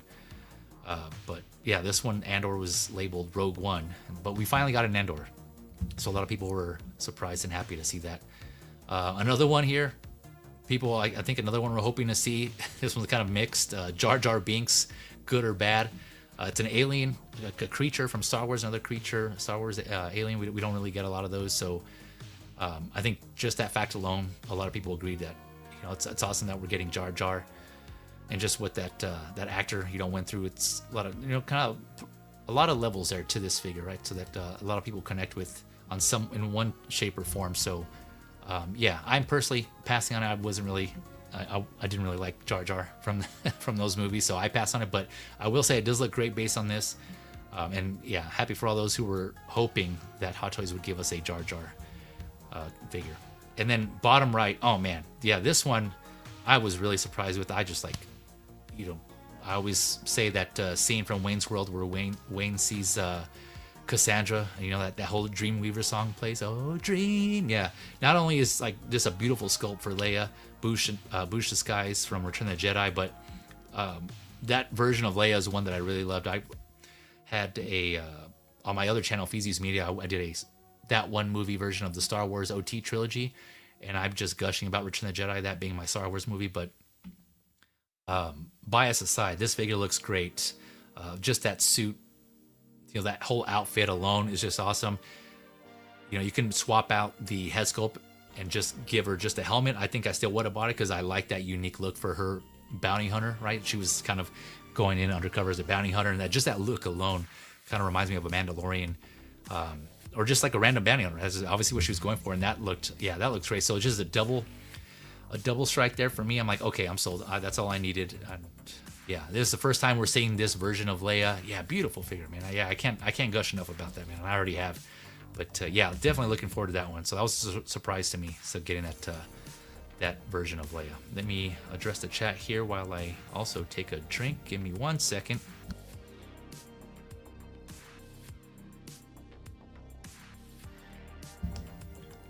All right, S-Beam saying here, yeah, Harry Lou Retton for Short King in Deadpool Wolverine. I think he was referring to when I was touching on, collectors thinking that we were going to get another version of Wolverine from Hot Toys before we got the Age of Apocalypse Weapon X. So yeah, Harry Lou. S-Beam adding, Galen looks good. Glad I have him. Now we need a Jyn 2.0. Yeah, man, I know you were one of the lucky few who were able to get one, so congrats on that. I only heard you say good things about that one. So yeah, I'm glad to hear that you like them. And then yeah, people were mentioning a Gen 2.0 to follow along with Andor. And yeah, it's been a while since Hot Toys has done that one. So that could be, yeah, that could be in the books for Hot Toys coming up. We shall see. Yeah, as Beam also agrees, definitely bringing Jar Jar home. Yes, sir. Yeah, will look great next to Qui-Gon. And a great, yeah, as Beam agrees, great Leia sculpt finally. Yeah, man. So I hope, ideally, either the final comes out looking like this Leia here, the sculpt here, because I know some people had some nitpicks, but I think it looks great personally. So yeah, hopefully it stays that way. But I know the trend is usually Hot Toys, the final doesn't come out as good. Sometimes, like, if rarely it does. But yeah, that looks great, man. That looks great. Okay, I'm gonna go ahead and switch before I to prevent myself from gushing more. Okay, so the big three we went over. So now this is just like the miscellaneous category, right? So TV, film, video games, things like that. So we went over DC, Marvel, and Star Wars surprise announcements. So now these are just the miscellaneous is what I call them, kind of everything else category basically. I already talked about this during the highs. I touched on this during the Hot Toys high announcements or and releases. This T800, this is the battle damage version. The clean version was announced, but I didn't include that in here because that was released. I know some people are now just getting this battle damage version too. I think recently they started getting this, I believe, or maybe I got those backwards. But yeah, so either way, it was announced last year. Awesome. Yeah, again, there's another one where the Hot Toys, it's been a while since we seen this figure. They made this a while ago, and now we're getting 2.0s, and looking great overall. I personally passed on the battle damage because I got the third-party one. I was like, okay, I'm good with that one. But I ended up getting the clean version, like I mentioned. But yeah, so this one, a good example of what I was mentioning earlier about not Artisan, obviously, because that's sculpted hair, but it has leather, right? That was one of the selling points. Leather jacket, leather pants. And I'm not sure, I can't remember if the boots were. And that was both for the clean and battle damage version. So a lot of people were really happy to see that Hot Toys improved that. Not to mention the options that you get, the display options for either one. Yeah, I think it looks great overall. So I'm looking forward to getting my clean version when that comes in. So yeah, again, awesome surprise announcement there. A lot of people were hoping we would get that. And to go along with that, of course, the endoskeleton had been a little bit since we got one from Terminator 2. We got multiple endoskeletons, and I covered that in the discussion of this, the announcement discussion of this figure, the endoskeleton from T2. The first one, I believe, to have die cast. I think all the previous ones were all plastic. So this here is the first for Hot Toys to come out with a die cast endoskeleton. I don't think it's specified where on the figure is going to have die casts. I would presume at least the legs, somewhere in the joints in the legs and or in the arms. But yeah, to have die cast. Let me know if I'm wrong though, if the previous endoskeletons had die cast, but I could be misremembering, but I think this was the first one to have it. So yeah, let me know if that's not the case. Let's see, third from the left, the top row, Robo-Kane.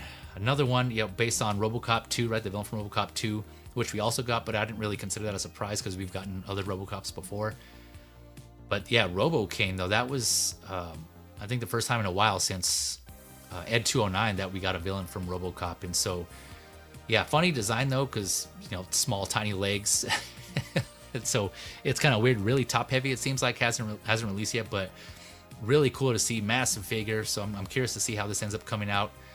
But it's really cool that they actually brought that and they did that though. So it looks like it could be a cool figure. Hopefully it's executed well. So we'll see how that comes out. The big chap here on the top right. And I can't remember the last time Hot Toys did a big chap. I know that was years ago also, right? At least like 10, if I'm not mistaken. I know they've done a lot of like designs on the later aliens, like Alien 2 type designs, like those, like the warrior alien, like aliens, right? Or like the Scourge Xenomorph, for example. That's kind of reminiscent of like the Xenomorphs from Aliens. So I didn't include that in here. But the big chap, I don't think we've seen too many of. I know a lot of people that was, they really like that alien design of guy in suit and rubber suit, which was how it was depicted in the first film. So that's in that sense, it's accurate. But yeah, I think a lot of people were surprised by that one. Bottom left, I know a lot of collectors were anticipating, hoping Hot Toys would cover this IP. So the first licensed James Bond figure, This is played by, of course, Daniel Craig. In this version, they're doing the Daniel Craig version. And this is the Tux outfit. Not only did they give us a James Bond, a Daniel Craig, but Hot Toys gave us gave collectors two versions, right? So you have the Tux version and then the Commando outfit version, like one after the other, which was, not too surprising itself, because you know how Hot Toys does. You know how they do come out with one version, then not too long after they'll come out with another one, either that or right after release.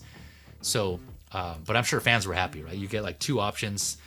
Some people were stoked on getting both. Others were like, I'll just get one or the other. But either way, we get James Bond. So, of course, speculation on where Hot Toys will go from here, what other versions or iterations of Bond they'll do. Connery or Roger Moore. I don't know who's a Pierce Brosnan. We shall see where they go. But at least this is a start. Wednesday, I mentioned another surprise one because, again, it's a one-off.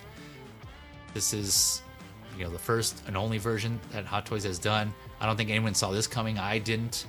Based on the next Netflix show Wednesday, with the resemblance to Jenna Ortega, right? This is the actress that plays Wednesday's Jenna Ortega. So yeah, again, just heard nothing but good things about this figure. I know this was technically released also, but I thought this was still a surprising announcement from last year that Hot Toys came out with. I touched on this earlier. Seong Gi-han from Squid Game 2, again, because it's at a left field, I think. I don't think a lot of people were anticipating this one either from Squid Game Season 2, because we didn't get a Squid Game Season 1 version. And so, not only that, but seamless, I don't think I touched on this earlier, or maybe I did, maybe in case I don't touch on it again. But yeah, he has seamless ankles, which a lot of collectors pointed out, which I don't think we've seen before. Also, that's another surprising point in itself. And like I said, this was recently released, so I'm curious to see the reviews on this one, how this one came out. But it looks great so far, based on what I'm seeing from the blogger photos. But yeah, seamless ankles. So Hot Toys have done seamless arms, seamless torsos, but yeah, seamless ankles I think might be a first. Again, correct me if I'm wrong on that, but that was really cool, surprising to see there. Not to mention the character itself was just surprising to see, a unique IP that Hot Toys was tackling. And in the bottom right, of course, we have the Feral Predator, not the clean version, right? This is a battle damage version. So surprising, because that point, I don't think we've gotten a battle damage version of a Predator. If we did, again, it was one of those ones that we got a while ago. And so this was surprising on two fronts, because we got another version of the Feral Predator, but also it's battle damage. He had his chopped off arm. You can see here he has one of his mandible jaws broken off there. He had green blood on the display base. The display base was awesome. Yeah, so really, really cool all around it. I know that's another one a lot of people praise, that Feral Predator, which is interesting, right? Because he doesn't have seamless arms. He had single jointed elbows, and it's kind of, I don't know, it's weird, because I know collectors kind of, they'll kind of roast one figure for having that in one sense, but I didn't hear any really. I mean, I know there's initial backlash, but see, this figure was still got a lot of praise, so it's kind of interesting. I don't know, it kind of shows that we tend to have some biases. I know I'm guilty of it too, but it's just kind of interesting how it's just some figures with the same type of features or whatever will have get a lot of shit, but the other ones won't. So I don't know, maybe there's something more to that I'm overlooking, that I'm missing. But so I all that to say, I was just surprised that this one got as much praise as it did. Maybe because it's just a Predator, I don't know. And there is, we'll cover Deck and Thea. Speaking of jointed and seamless, we'll cover over that later on that. But yeah, so I don't know. Let me know what your thoughts are on that one. What do you think the reasoning is on, the jointed elbows on some figures? I mean, I guess you can apply that to anything, right? Some people, criticize certain aspects of a figure on one, but not the other, and it's more accepting. I don't know. It's just, collectors, we all have our preferences. We all have our, our little nitpicks. So I mean, like I said, I'm guilty of some of those too. I'm just stating the observation there. So I know we all have our nuances to that. All right. So let's see here. Going on, let's see, what else do we have? What's next? Oh, okay, yeah. So those were all the surprise announcements. Let me address the chat here before we go on to the Artisans announced for last year. Let's see. So Figure Out saying, I ordered 2 of Leia, one for my shelf and one for a stand-in in front of my Jabba, and the helmet on for my little world building for Return of the Jedi Jabba Palace. Yeah, man. I was this close, and I think I even said it in my chats. I was tempted to buy 2 two of those again because I just love the Bausch like helmet disguise. That as a figure alone would have been awesome. But then yeah, it's such a shame to like not use that Leia sculpt. So I'm really torn. It's one of those figures where I'm really torn on displaying one or the other. And so like I can justify to myself buying two. I said the same thing with Sabine from the Ahsoka show, like beautiful head sculpt, but I also like her Mandalorian helmet look. And so yeah, I was this close to buying two. I still may. I'm not ruling it out, but again, going back to Hot Toys, you know how they do. They may come out with another version. Maybe we'll get some sort of Episode 5 version of Leia. Yeah, I'm not sure. Another or some sort of Episode 6 variation. I don't know. We'll see. I touched on this when I discussed the Leia announcement. I'm sorry if I already said this, but Hot Toys has yet to do like a 2.0, like a proper 2.0 of a Leia figure. Like each iteration has been different. And this Bouche disguise is no different, right? We never got a Bouche disguise before, and so I think it seems like Hot Toys may continue that trend. You would think at some point though they're going to start doing 2.0s, right? Quote unquote 2.0. So we'll see. I don't know. And so that's what I'm waiting for, to see what Hot Toys comes out with if they announce some other version of Leia. Otherwise, if not, I may have to get two of those Bouche disguise. Let's see here. Figured out adding. I do hope we get more James Bonds, Connery, Moore, Dalton, Brosnan. They can keep George Lazenby. Yeah, I don't think you're alone in that one, because I think I've heard people, they don't really speak. That's not a name that comes up, at least from what I hear. I'm personally not a big James Bond fan. I mean, I do like the Craig movies and GoldenEye, of course. I do like enjoy the movies, but I should say I'm not a fan like to the point where I need to get a figure of James Bond.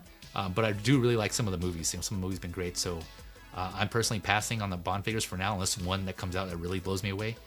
But yeah, like all the love that I'm seeing for James Bond in general, for the GoldenEye, or sorry, the 007 franchise. Those are the names that they mention. Figure it out, kind of confirming here. City Hunter Predator 1.0 had a battle damage version. Okay, yeah, thanks for confirming that. Yeah, that was, I'm guessing that was a while ago, right? You said 1.0, so let me know how long ago that was, because like I said, there's so many Predators. I can't remember all. I'm not really good with years to begin with, unless it was recent or I've done the research. So, yeah, I guess that's not really surprising to hear that they've done it before. I just wasn't sure. So yeah, thanks for clarifying that. Okay, now going on to the Artisans announced last year. So these are all the Artisans that were announced last year. Some of them I kind of already touched on. But top left, we got the Winter Soldier. I kind of mentioned that earlier. The Bucky from Winter Soldier, or Captain America and the Winter Soldier. Darth Vader, Sith Apprentice. I touched on that one. The Obi-Wan from Episode 2. I'm going out of order here. So Obi-Wan from Episode 2, a.k.a. Space Jesus. A lot of people were calling him. Weapon X, I touched on from Deadpool Wolverine, the Age of Apocalypse version. Bank Robber Joker 2.0. The Sam from Death Stranding 2. I touched on that. The John Wick from, I think that's Chapter 1, John Wick. That one was, there was some debate on that one. That was one of the Artisans that I mentioned, where people were kind of debating sculpted versus Artisan. A lot of people, myself included, were saying that I don't think this figure needed an Artisan. And again, that's just for me personally. I know there's still appreciate and want that more realistic hair looking, or that realistic look of hair on a figure.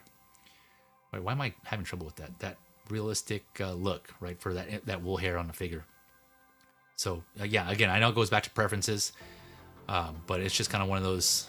It's good to have the options, right? I know some of these Winter Soldier, Weapon X, they didn't have sculpted versions, right? It was just Artisan only. So at least for John Wick, they gave people that option.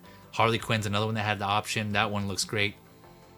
From the Suicide Squads here, bottom, what is it, on the bottom, second from the left. I opted to go with the sculpt, but after considering it, thinking about it more, I think I would like to have the Artisan, but by then I was just too late. So that's on me. I know that's my fault. But I got on the wait list just in case, so we'll see if that converts. But either way, I'm not going to be mad if I only get the sculpted, because that still looks great. So I'm not going to be pissed either way. So I'll be happy. I probably would like to have the Artisan over the sculpting in that case. Yeah, it just looks great, man. That figure just by itself, great looking figure. The Mustafar Vader here on the bottom. Let's see here. That's the one I already mentioned. Yeah, the Mustafar. Let's see. Wait, why am I feel like I'm forgetting one? Oh, I think I did. The Sith Apprentice. Yeah, so I think I did skip one here. I'm just realizing that. So sorry. Yeah, I think that one was announced and released last year. So we got two Artisan Anakins, right? There's the Sith Apprentice one. That was I believe that was the Celebration one, the Star Wars Celebration. Then we also got this Darth Vader, like labeled Darth Vader, right? But it's Anakin's head sculpt.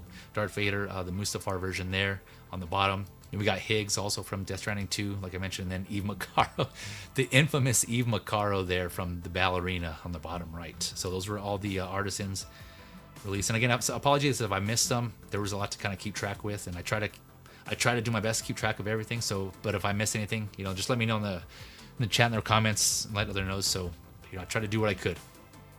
Let's see here. Okay. Where are we at? So those were all the Artisans announced. We're still in the announcements of Hot Toys. Let me address the chat actually here before we go on. We got Commander Green in the house. What's up, Commander Green? Good sir. Thank you for coming through. Hope you're doing well, my friend. Thank you. 2000. Okay, figure it out. 2008 was Battle Damage 800. Oh, okay. I thought it was further out than that. Almost 20 years in. Okay, so I guess that is still a while. Thanks again. Figure it out. Appreciate it. Yeah. Again, the guy's. He does his homework also, so he does his own research. So yeah, thanks for confirming that. Okay, let's see here. So first, so these are Hot Toys announcements with a first of something, right? The first of these released to have something. And again, I may have gotten some of these wrong, so I'm just letting you know now. If I do, feel free to correct me in the chat, the comments. I haven't been collecting as long as some of you out there. I know some of you have been collecting for a while, early 2000s. So I'm not, and even if I did, I don't have the memory to remember what came out when. There's just so many figures. We're already like in MMS, for example, like 800 and something. So it's out there. So yeah, apologies if I missed something, but please feel free to correct me. Let others know where my errors are. I mentioned Darth Vader here, starting with the top left. The first Star Wars from the first. Well, him and the Stormtroopers were the first Star Wars figures in the Hona line. Soft buy, I touched on this earlier, for Galactus, the first collectible in the soft buy line for Galactus there for Hot Toys. For the first collectible from the soft buy line is Galactus from Fantastic Four. First steps there.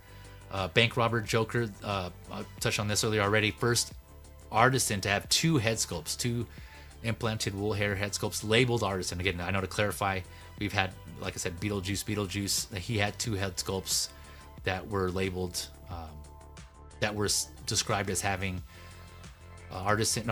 Wool implanted hair, but that wasn't labeled Artisan. So this is just as Artisan based figure. So I'm hoping we see more like this, right? Because that's, I think it's an awesome value. We'll see how it turns out. I know the execution may be a different story, but we'll see.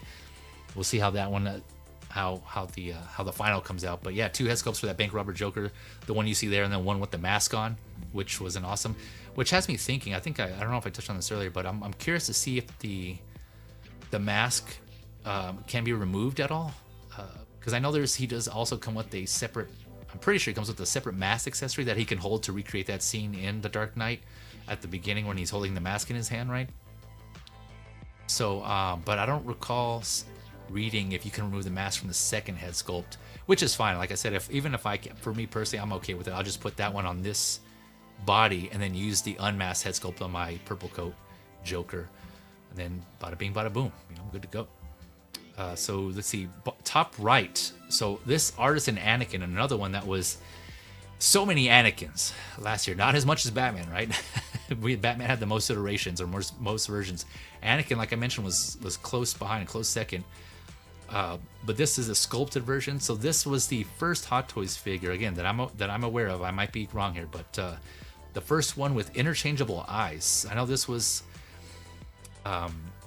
one of those things where a lot of collectors kind of point out and speculate, and there might be truth behind it, right? But I think this came shortly after, or not too long after, those previous Artisan Anakins were coming out, right? People were saying that they got the one with the standard looking eyes, but they would rather have like a Sith version. And so there was a third party seller who was making the eyes, and I forget who, but they made eyes to give collectors the option to swap out the eyes for the Sith eyes. And a lot of collectors were doing that. And then, lo and behold, Hot Toys comes out with this version that actually has interchangeable eyes. And so A lot of people were saying like, oh, yeah, now Hot Toys just, just copying them and doing that. And like I've mentioned that with other things, right? With the rooted hair and things like that, which I personally don't see as a bad thing, right? I mean, everyone in all fields and all industries, they all kind of borrow. I want to say borrow from other things, and I mean that's just in general how companies improve or progress, right? I mean, if they didn't, if they didn't have interchangeable, if Hot Toys didn't have interchangeable eyes, for example, or rooted hair, and they just kept doing what they're doing, I think, collectors would probably get, they'd just get tired of Hot Toys, or they just, they wouldn't really see the innovation in there. So like they're progressing.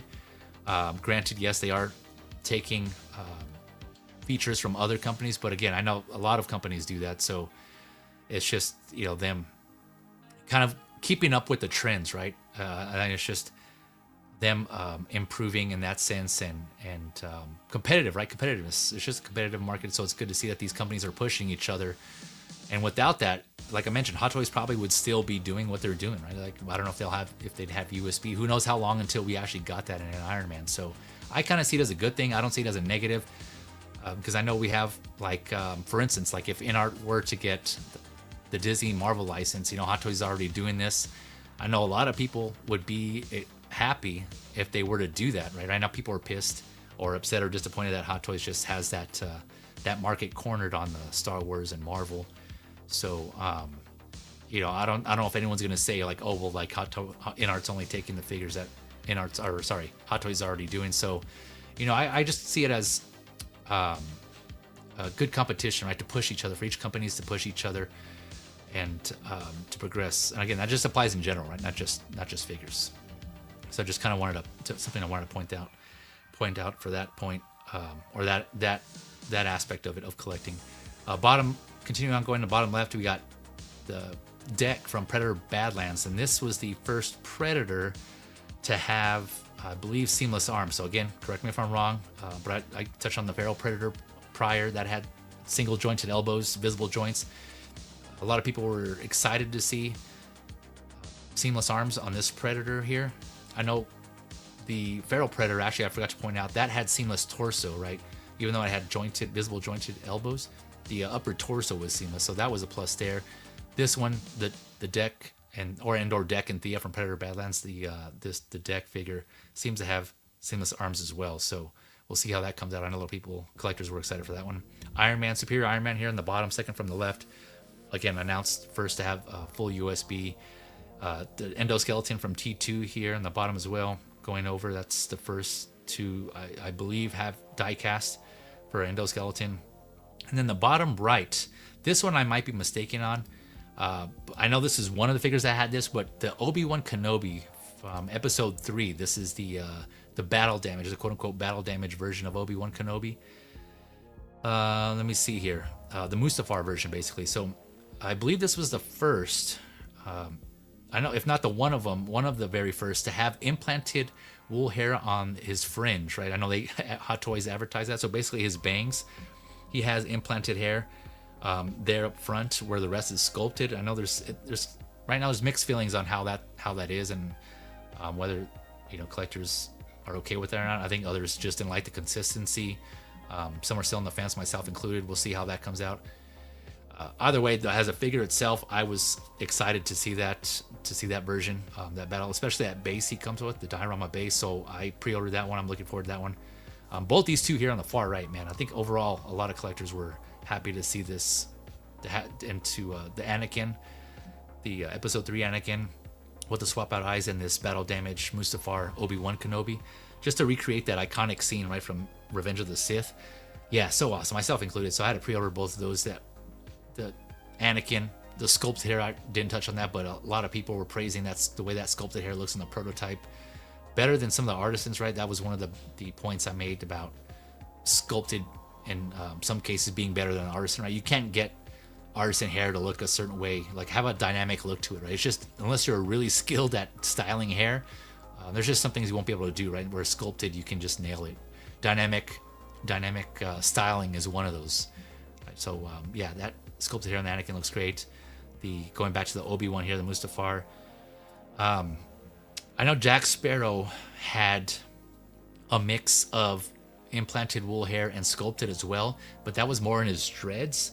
For that one, he had his beard. I think in all versions, even the Artisan, I think his beard was still sculpted. Correct me if I'm wrong on that, but of course the Artisan Jack Sparrow that had fully Artisan implanted wool hair, or sorry, implanted wool hair. The deluxe was like a mix, where like some dreads were wool and others were sculpted. And that's the same. I think the same for the standard as well. But either way, he was in the dreads, right? This one here specifically has like the bangs as being implanted hair, wool implanted hair. Okay, let's see here. So that was the first for the announcements. Again, if I'm missing something, yeah, please let me know in the comments if there's any other first for Hot Toys, or if I'm mistaken on any of these, let me know. Okay, where are we at? So Hot Toys, that was it for Hot Toys. Man, yeah, like I said, they dominated, of course, as they usually do in quantity, volume there. They have a lot of IPs that they're covering, so of course, a good chunk of the stream is going to be Hot Toys.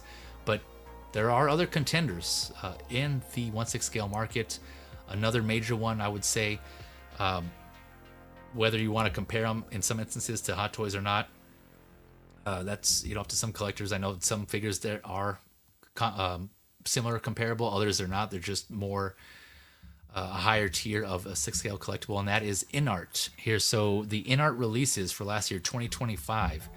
We had the top left, the Paul Atreides from Dune, Hermione Granger from the Harry Potter and the Philosopher's / Sorcerer's Stone, Wukong, the Great Sage Armor from Black Myth Wukong there on the top, second from the right, and then the Michael Jackson Jam version there on the top right. Sorry, so Wukong second from the right, and then Michael Jackson on the top right here. That was released. Bottom left going down, Legolas from the Fellowship of the Ring, Lord of the Rings, along with Nazgul, the Nazgul here. Awesome head sculpt, by the way, there on the Nazgul. Joking, of course. The Snape here from Harry Potter and the Half-Blood Prince, right? So this is one that's separate from not the Sorcerer / Philosopher's Stone. This is the Half-Blood Prince that was actually based on, revolved around Snape there. So that was released. And then on the bottom right, towards the end of the year, also around the same time as Snape, we got Thorin Oakenshield from The Hobbit, right? So Lord of the Rings, The Hobbit. Those, yeah, all of these looking great, man. Of all these, Snape is going to be my first. Inart, I know I mentioned that multiple times. I'm really looking forward to getting that figure. Multiple levels of having that representation of Alan Rickman, of course, R.I.P. He lost a great actor. But not only that, like I've mentioned before, from Harry Potter, I like more of the instructors, or like the adults in the films, the villains, right? I really cared too much for the trio. It was more about for the instructors or the villains, all the grown-ups in that series. Snape being one of them. Yeah, so this one I had to get. Awesome, he looks great, so I'm looking forward to getting. That's gonna be my first Inart figure. I'm hoping, fingers crossed, Inart tackles a Sirius Black. That would be another one I'd want to see, and a Bellatrix Lestrange, played by Helena Bonham Carter, and then Sirius Black, played by Gary Oldman. Yeah, man, those I would definitely get those as well if Inart did those. Well, barring, let's see how much those cost first, right? Depending on how much they cost. I know Snape was pricey as well, but still I thought he was worth it, so we'll see how that comes out with the magnetic eyes, mind you. I think that was one of the few, I'm trying to remember now, that had magnetic eyes, which seemed to work great. See, the consensus on that figure on Snape seems to be great. Paul Atreides, I didn't get Paul Atreides, obviously, like I said, but a lot of same thing. Consensus is a lot of people said that was a great figure from the first Dune there, so we'll see if Inart does an Atreides from Doom 2. But yeah, I'm looking forward to seeing what Inart comes up with here this next year. They're pumping them out, man. They're pumping out their figures. Speaking of news and some announcements, I'm not going to cover all the announcements because again, this is Inart came out with a lot. What did I put? Like 16 here? I can't. Let's see here. 16 figures announced, and so. It was quite a bit. Those included, Denji. Some of these were already released, and so that's why another reason why I didn't include them. So like Wukong, like for instance, Snape, Thorin, those were announced last year as well. And so I didn't bring those up. But yeah, of course, the Walking Dead figures, those all look great. Daryl, Negan, Rick, all those figures look great. Those were all announced last year. A couple of different versions of or more figures from Black Myth Wukong the game. Some surprising ones slash controversial slash debatable figures though. Denji here on the far left from Chainsaw Man, that kind of came out of nowhere from Inart. A lot of people were like, whoa, what the hell? You go from all these realistic looking figures to this anime figure, Denji Chainsaw Man. But to be fair, and I didn't realize this until I started doing a little more research on this. I thought I wrote it down here, but oh yeah, okay. So, oh yeah, I did. So Denji was announced. He was announced in March, but he was only exclusive to mainland China, if I understood that correctly. So he never came stateside, or I guess anywhere else outside of China, for that matter. So yeah, kind of surprising there. I guess there was a big, or I guess for some reason there was a big push or a campaign maybe to get Denji from Chainsaw Man. I'm not sure, but yeah. So not only that, but just the fact that a different approach to what Inart's been doing as far as like, more realistic, seamless bodies. I mean, granted, Denji's based on an anime, right? Obviously Chainsaw Man. So maybe they probably went that's what they were thinking. We're like, well, I guess how much sense would it make to give him a seamless body if he's an animated character? I know some collectors would still argue like, okay, well, no, yeah, he doesn't have joints in the anime either, and it's not truly accurate. And so I know some people still prefer that, but even still, right, that still goes to that further supports the fact that like why Inart went this route. And I didn't see any interviews or read anything about why they did this. So if you guys can fill me in on why they went that route with that aesthetic, the visible joints for Denji, please let me know. Educate me. So yeah, that was that. Superman from Superman, like the James Gunn Superman, the Corn Sweat Superman. This one was surprising and controversial because another one that came out of nowhere. Like as far as I'm aware, I don't think this was teased. Maybe some collectors knew or people on the inside, but I don't remember seeing a tease on this. It seems like he was announced in July. And this was like not too long after Hot Toys made their announcement of their Corn Sweat Superman, which came out pretty quick, by the way. That same year, I think it came out that year. The same year, announced and released the same year last year, right? 2025. But after Hot Toys announced theirs, yeah, Inart just came out and be like, surprise, we got one too. And this is another one where I was saying like, this is one of those instances where I think they're directly comparable because they're both sculpted, right? And they both had similar features and accessories. And it just kind of came down to preference at that point, which is fine. Again, it's just some people like certain aspects of another compared to the other one. And I did that comparison on when I discussed this, when I discussed that figure on a previous Hot Talk.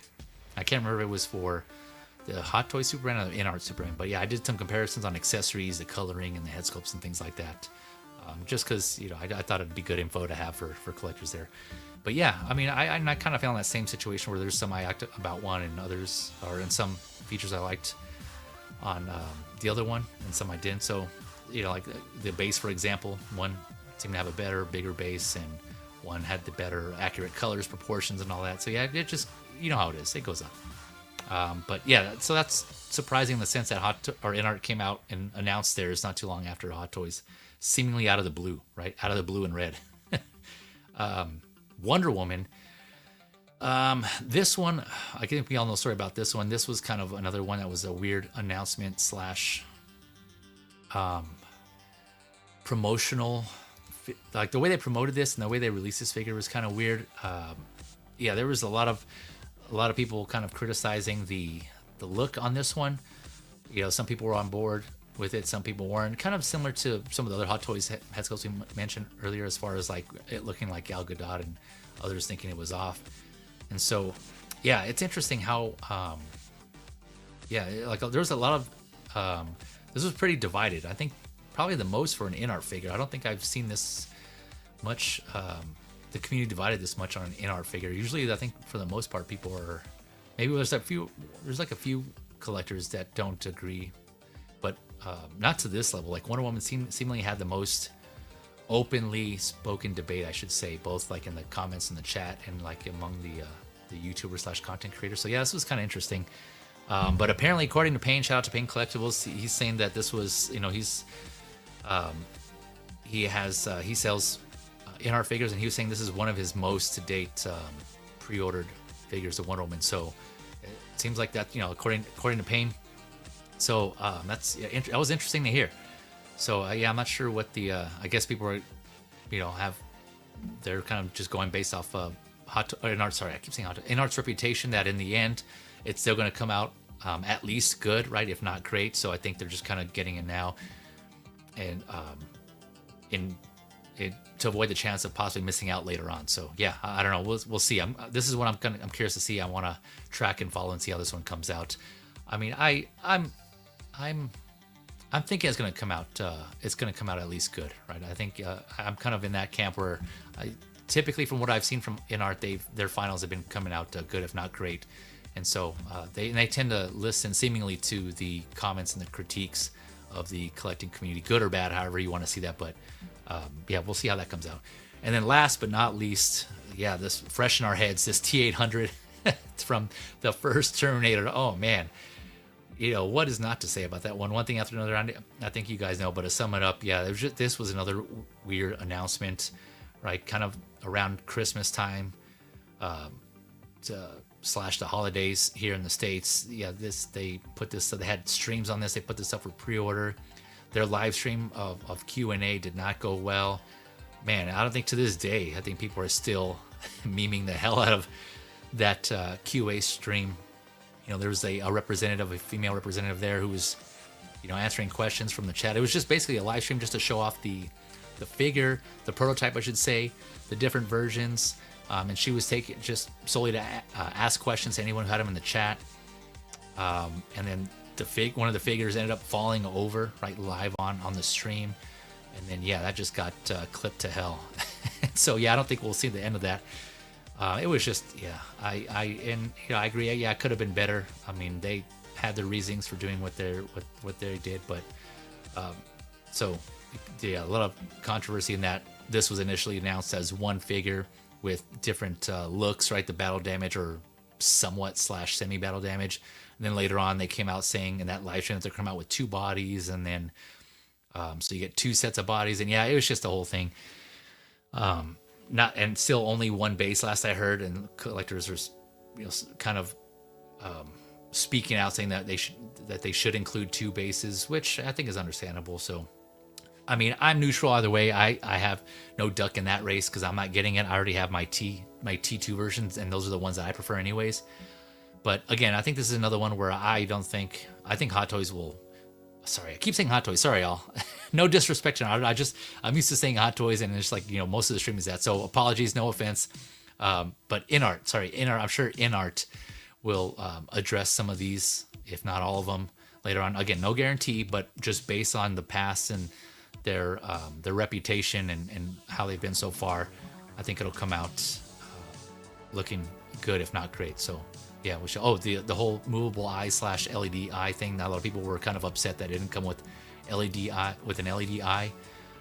But I think it seems like Inart sacrificed that for having movable eyes, and they were saying that this figure does have movable eyes. So I think, engineering wise, that'd be really tricky to do both, to have movable and LED light up, right? I don't even think Hot Toys has done that. Not to say Hot Toys is a standard, but still, that's just something that if you have a moving part that is also wired up somehow, I think that just could cause issues in the future. So it's one or the other. I heard some people suggest in that case, maybe have one head sculpt, because it does come with 2 head sculpts.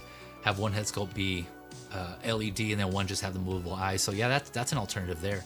That's a good solution. So, but like I said, I don't know. We'll see what Inart comes up with and how they address this. As always, keep, if you have concerns, of course, keep hitting them up on their socials, Facebook and Instagram.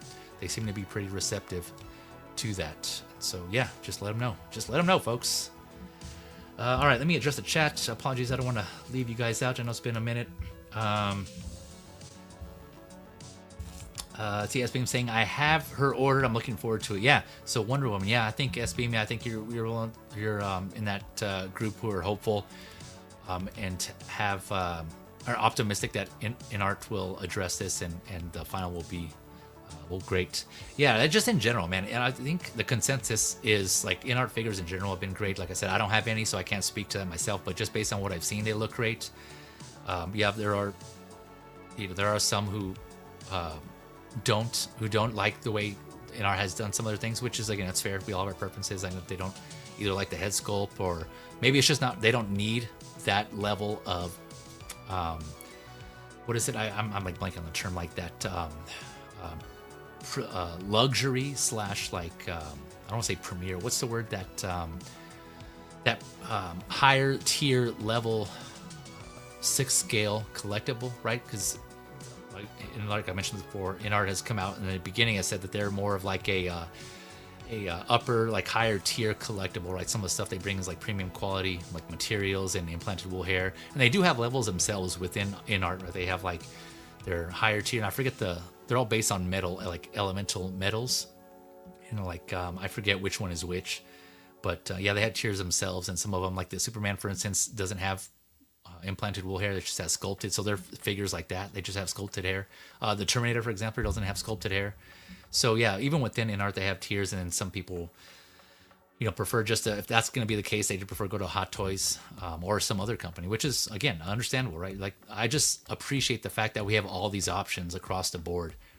And I know I say this a lot, but it's true. Right? I just appreciate having the options as opposed to one company just doing, one particular character slash figure. Again, Hot Toys having Marvel and Star Wars having that license.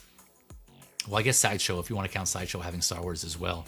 But yeah, I know there's a lot of people who would like to see what Inart can do. And again, you can have both, right? There's no reason just to say one is better than the other. They each have their pros and cons, and it's just part of collecting. Having that option, that preference of our collection, that collecting journey. It's really awesome to have those out there in general. So yeah, they both are great figures in their own right. Let's see. Figured out saying that poor Inart girl was way out of her depth.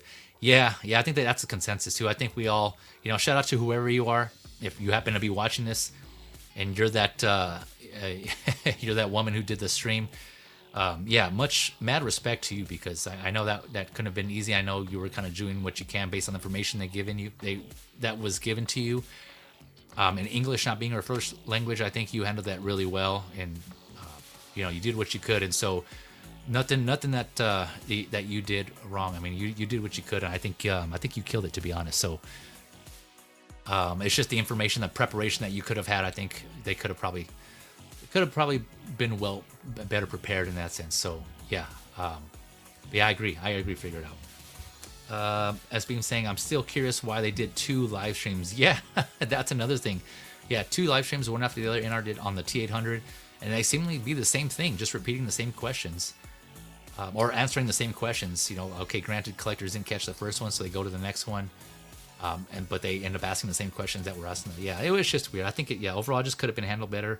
My opinion was it could have been a pre-recorded, right? If you wanted to show off the figure, do a pre-recording, and then just narrate over that, right? Or just kind of do the same thing but make it pre-recorded, or even do a premiere, right? I know that's an option, to do the YouTube premieres where you premiere a pre-recorded video, but you also have someone in the chat answering questions. That actually could have been the best approach right there, best of both worlds, right?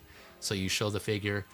And provide the information at the same time someone's in the chat off screen, right? So you don't need anyone to be on screen. You could have just have like a well knowledgeable individual rep at Inart answering all the questions there. That could have been, but again, learning experiences, that's growing pains. Again, every company goes through that. I know other people would argue that Queen Studios has been in the game, but this is Inart, right? The sub company of Queen Studios. I don't know. It's just a lot of things in there. I don't want to go too much into it, but every company, they learn through through experience, and they just kind of build on their failures and they go from that. So I'm sure they'll get it. They'll do a better job next time and learn from it. Hopefully, right? Hopefully that's the case. Okay, all right. Going on to, so that was all I had for Inart. Again, I don't want to cover all the announcements. There was quite a few, and some of them I already touched on here. But yeah, a lot of great stuff coming from Inart. So I'm curious to see. And again, anticipating getting my Snape in hand. That'll be my first Inart experience. So we'll see how that comes when that gets shipped. All right. Going from Inart, so there were some other companies that came out with that were pretty active last year. One of them being Jazzinc. A lot of collectors in 1/6 scale are familiar with their work. Mostly Jazzinc, in case you don't know, started off with vehicles, dioramas, right? And so they just entered they're kind of dipping their toes in the water for 1/6 scale figures. Catwoman being the first. When now I'm like forgetting if that went up 2024. I think that was 2024, right? That went up for pre-order. And it's set to release actually pretty soon. I think Q1 of this year, of 2026. So I think that's why I didn't include it in here. Yeah, she was, I think, correct me if I'm wrong here in the chat, but last year, 1/6 scale wise, we got, let's see here. So Batman, the animated series, to go along with again, I mentioned Jazzinc doing vehicles. They're doing the Batmobile from the animated series, right, in 2 variants, I believe. And I don't really cover vehicles on my channel just because I'm not really into vehicles. I don't have any vehicles, so I don't follow them that closely. So I personally don't cover them.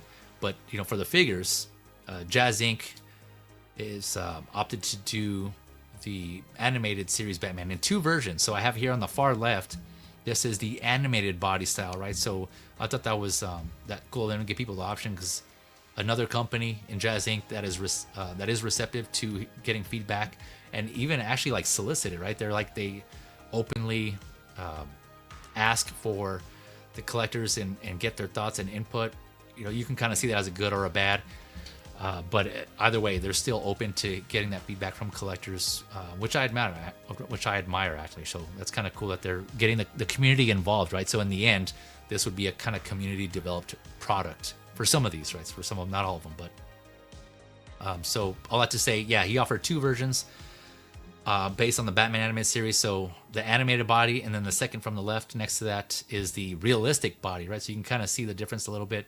The animated one has that iconic, more like upside down triangular / V-shaped body, and then the realistic body has, you can see more like the defined pecs and the abs there, and then the muscle tone in his legs. So he offered those 2 versions, and then following the Catwoman from Batman Returns, Jazzinc put up pre-orders for the Penguin, played by Danny DeVito from Batman Returns. So also 2 versions.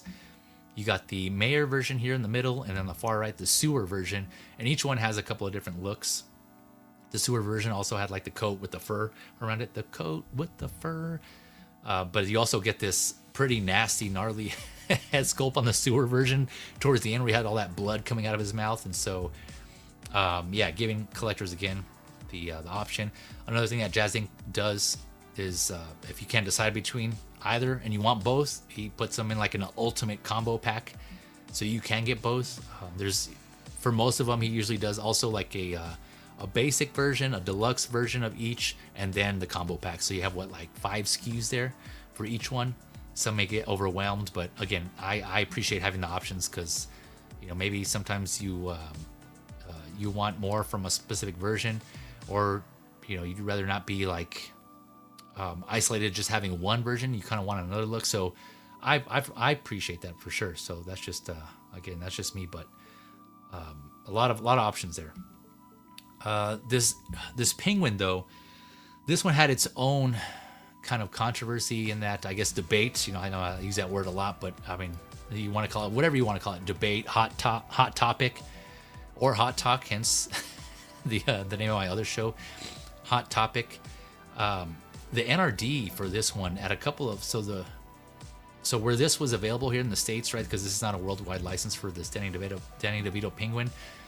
So for collectors in the States or outside who this wasn't readily available, the places where you were able to get this, the NRDs for this figure was pretty high. I mean, almost the price of one Hot Toy figure, or even an Inart figure in some cases. And so that was enough to like deter collectors from being like, no, I'm out, that's just too high, which is a big gamble, right? I think to date, Jazzinc hasn't put out any figure, right? It's all like they have all these prototypes and announcements up, but they have yet to put out an official figure, right? So the Catwoman will be their first. So I know there are still some collectors that are kind of on the fence, or a little hesitant, just because they haven't seen the execution of Jazzinc yet on their collectibles, which is fair, definitely understandable because these aren't cheap, right? This is a good chunk of money, especially if you're going to be paying a high NRD, right? And then for some reason, if the figure, if the final is not well executed or doesn't come out how you were expecting, and you want to cancel, you're losing a couple of bills there, man. A couple of $100 USD, if at the least. Some are actually like, I think some of the NRDs are like 150 around there, but still, that's a good chunk of change to take a gamble. And so, I mean, and I get it, man. I definitely get it. That is a risk.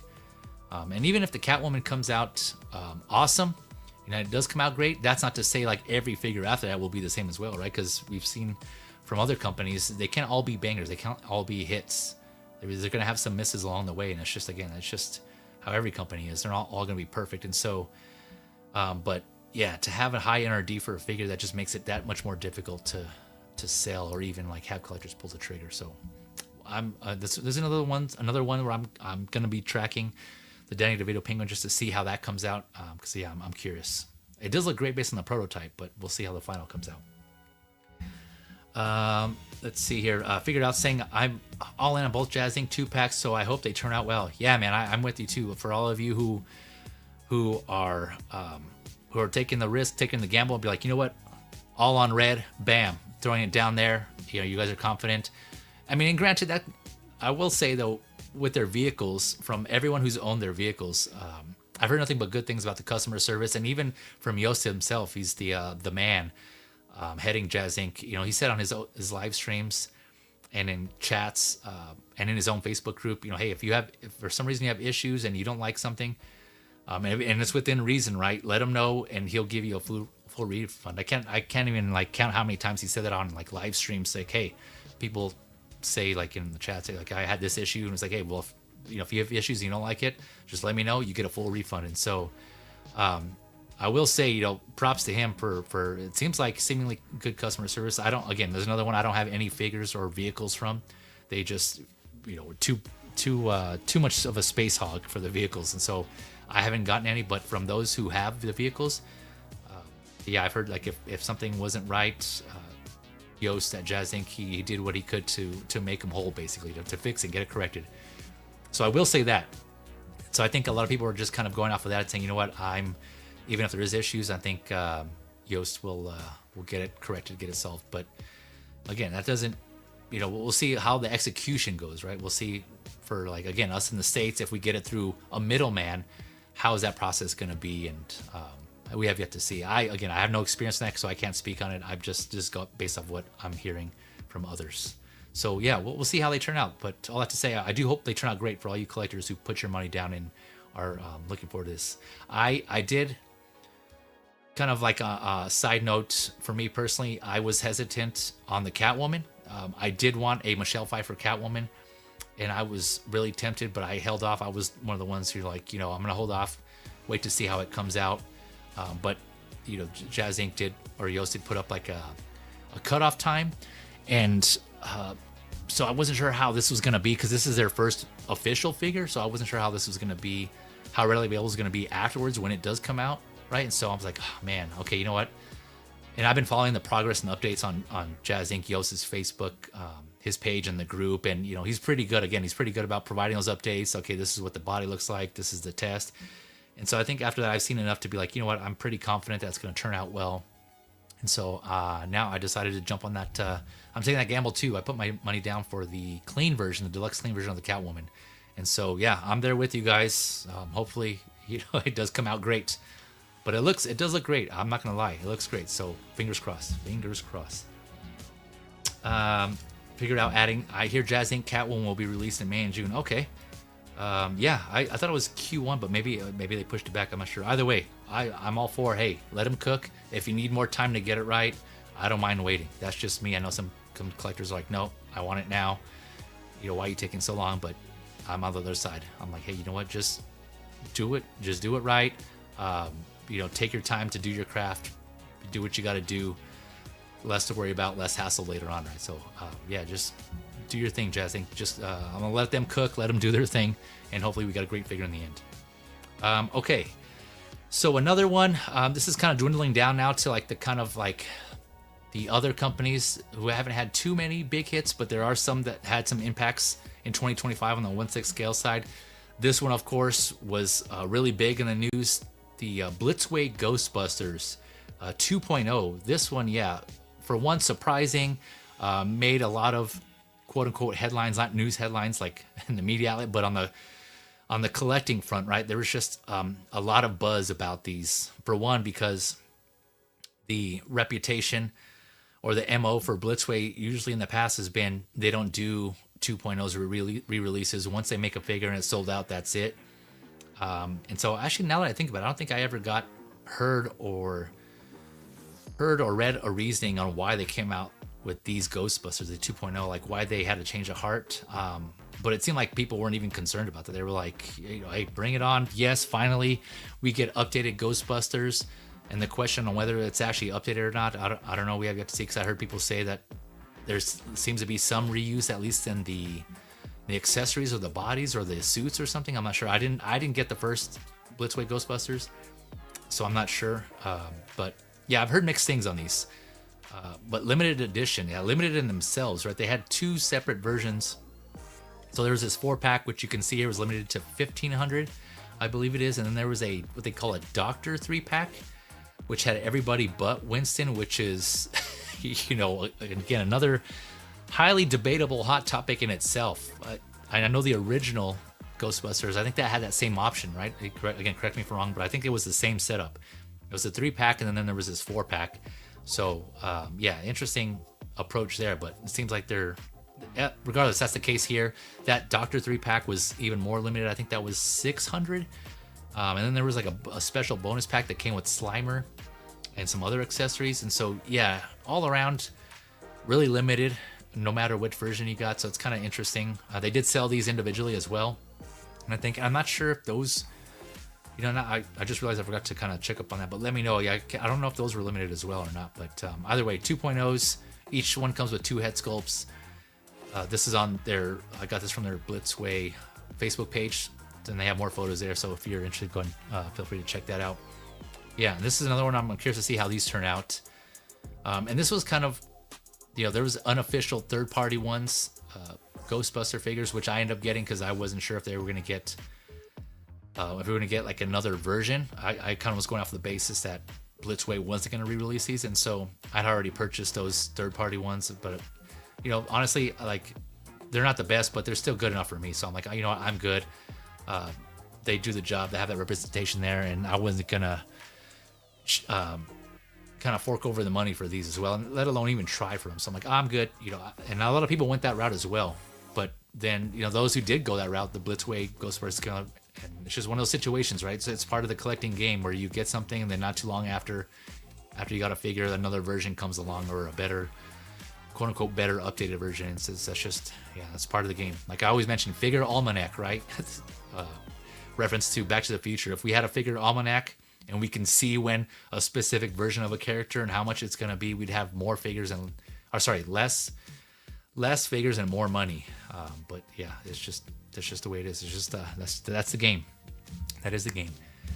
Let's see what else we got here. So that was all for my slides. One more contender here for 6 scale. I didn't have a chance to go over the slides, but I did have the. Let me pull up the images here from their Facebook. Caustic Plastic also threw us some surprises as well, and some I was excited to see.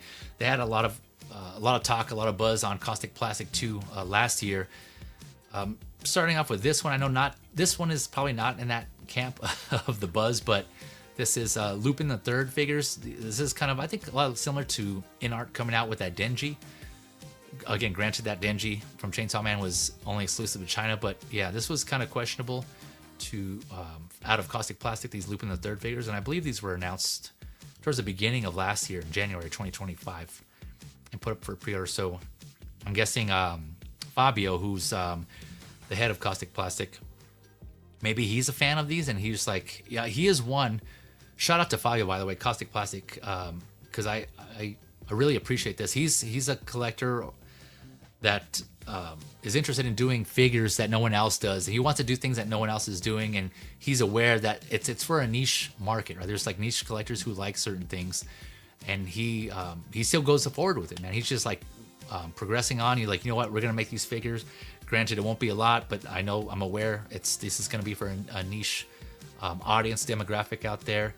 And he's like, you know what, fuck it, I'm gonna do it anyways, because either like I enjoy this or it's a figure I want to do. And so yeah, I for one really appreciate that. Not a lot of companies can pull that off because either they don't have that base slash foundation of their business to take risks in that sense. But I think Caustic Plastic has been, or Fabio's been making figures for a while, so I think he's kind of set it up. I presume, I don't know him that well. It's not like I have his number on speed dial or anything, but from what I'm hearing from interviews, it seems like he has his business set up where that's just how he does his business plan, is just make enough figures to where they would make some profit, but then also continue on with the next, right? It's not about, from what I understand, making huge profits and not trying to compete with any of the big players. Just as long as he's able to put out the figures that he wants and that he enjoys. And Jazzinc is the same way, right? I know he's mentioned that Yost in interviews. He wants to put out, because he's a collector also. He's a collector, and he wants to put out figures that he would have liked to see. And so yeah, props to both of them, and just kind of continuing that and doing their thing and making it happen. So yeah, Lupin the Third, for all you collectors, fans of Lupin the Third, again, kudos, shout out to you for getting these and figures. And if you're excited for them, yeah, more props to you, more power to you guys. So Lupin the Third, I think with some couple of figures here. I haven't seen that. I'm not familiar with the anime. I know of it, but I just haven't seen it, and I don't know too much about it. I think it's an older anime too. So yeah, you got some cool looking figures here. They seem to be straight out of the anime there. So Lupin the Third, another one announced later on, the middle of the year, was Frankenstein here. This is Caustic Plastic Frankenstein. This is another one similar to Jazzinc, where they had multiple SKUs. I think this one has 3 SKUs. And I forget exactly what they're called, but it was like a standard, of deluxe, and an exclusive version. Exclusive being to Caustic Plastic Infinite Statue. Right? You can only get it from like that website, where the other 2, I think they were sold at other online retailers. And each one had, more and more items. So like there's obviously your standard edition that came with some items, and then the deluxe added more, and then the exclusive, I think in this case, added an accessory, the dungeon accessory. And I went over this in previous Hot Talks, I think, or in Figure Lowdowns. I can't remember which one it was, but I did cover that, and I went over the differences in each one. I'm sure if you Google in my channel, Caustic Plastic Frankenstein, it'll come up there. I just realized, there's like a lot of these I did discuss, so there's a lot of information here. But yeah, so Frankenstein, a lot of people are excited for this one, a lot of collectors. Of course, especially those who are fans of the Universal Monster line. They did Dracula, I believe that was out already. The Phantom of the Opera, I believe that's out already. And I can't remember if they're doing the Mummy or if they did the Mummy already. But let me know. I know, but as far as Frankenstein, yeah, this was announced last year. So, and it does look great, man. I think at this time I mentioned this during the when I discussed this. It looks great, and I would like to have it. Earlier, collecting Feezy would have been like, you know what, I'm sold when I only had like a few figures. But now that I'm honestly like already out of space, I have to be really selective and pick and choose. So I personally passed on this one, although damn, this diorama looks awesome. This dungeon wall here, that's like I think that, yeah, it says deluxe edition here, and I don't have the exclusive, I don't think, but the exclusive came with another part of the dungeon wall that actually had a door on it. And so yeah, this just looks awesome overall. Look at this, man, separate rolling eyeballs. Yeah, really, really cool. 12 inches of the figure itself. Yeah, this is like really, really awesome looking, man. So yeah, again, shout out to all you Universal Monster collectors who are looking forward to this. Let me see if I can, real quick. I don't think I have the, is this the, no, that's a standard. I was gonna see if I can pull up the exclusive real quick. I don't know if they have that on their Facebook page, but yeah, either way, it's, yeah, you can see it on their website, Caustic Plastic website. So I did skip on this one because I knew this other one was coming, and this one I was excited for. This is Frank Dukes from Bloodsport. So another one Caustic Plastic put up for pre-order last year. And another one I gushed about. Man, Bloodsport grew up. I'm a kid of the 80s, And yeah, this is a movie no matter when they were showing it, at what point it started, I can always just turn it on and have it. We had whether it was like one of the cable channels, anytime they showed it, or even like on the local channels, on Saturdays where they had the movies, sometimes they show them. I was always watching it. Although I did, I had this recorded on VHS, and so this was always playing. Yeah, awesome movie, man. I loved everything about it, and I gushed already about this, so I won't go too much into it. But yeah, really looking forward to this figure. I got the exclusive version. The exclusive version has a third head sculpt and another coat / gi. I think the blue one, right? So again, each version, standard, deluxe, and the exclusive, you add more accessories and another head sculpt. Here we're looking at the exclusive version, right? So this red coat was one of them, the red coat or red gi and the pants, and I think the exclusive throws in the blue. Yeah, this one here, is this blue one? Yeah. Oh yeah, because there's the only one besides red is the blue one. So yeah, I think this one here, or I might be mistaken. I think the red one might be.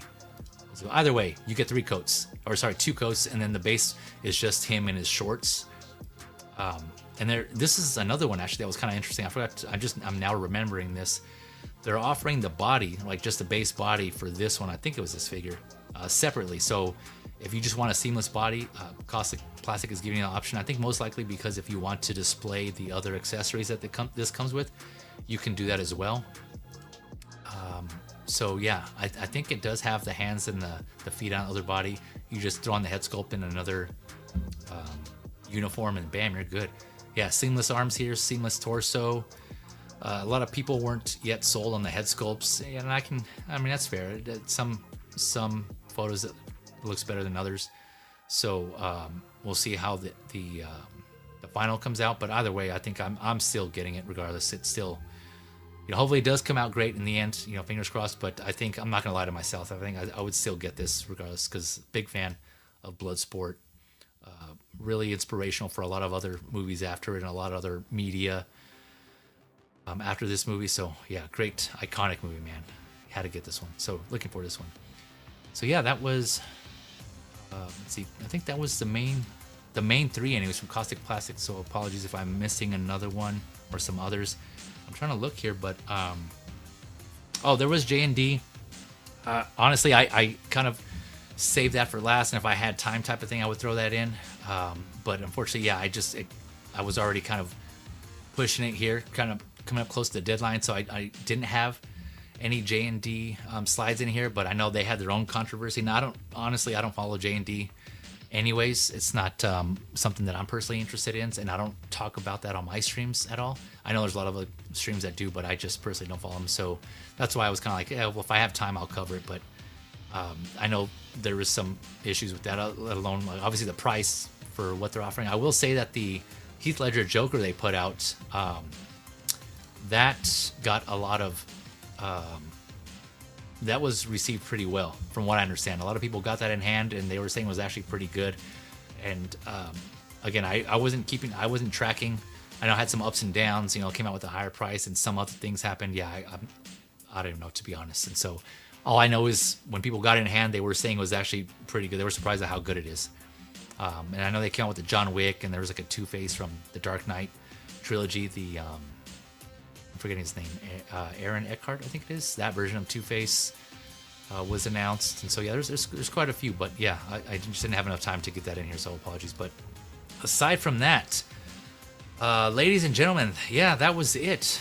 Oh man, so thank you for sticking with me this whole time. Hopefully, you found this informative, entertaining, and/or you got some enjoyment out of it. If you did, don't forget to hit that like button. It'll be much appreciated. Regardless, I appreciate your time watching this on replay or live. Your time was more than enough for me, so definitely appreciate your support. Like I said, this put a lot of time on this one, so hopefully you're able to take away something from this. And then, yeah, until next year, 2026, like I said, I'm looking forward to seeing what all companies bring out, and even those that, like newer companies too, right? And that goes for third party. I didn't cover third parties in this one, but I covered third parties in my figure lowdown stream and unlicensed figures. We never have a heads up on what they're releasing until it's like close to announcement date. But sometimes they surprise us out of the blue with just like some awesome figures, and they've been. I mean, I'm not gonna throw them. I'm not gonna sell them short either, because a lot of third-party companies are stepping it up as well. Like, again, competition, borrowing from each other, and just improving and getting better. In the end, we all win as collectors, right? So we just enjoy this collecting hobby, and it's just a lot of great stuff out there. So I'm not gonna, I'm gonna keep an open mind. I don't want to, knock anybody or any company. They all have something to offer.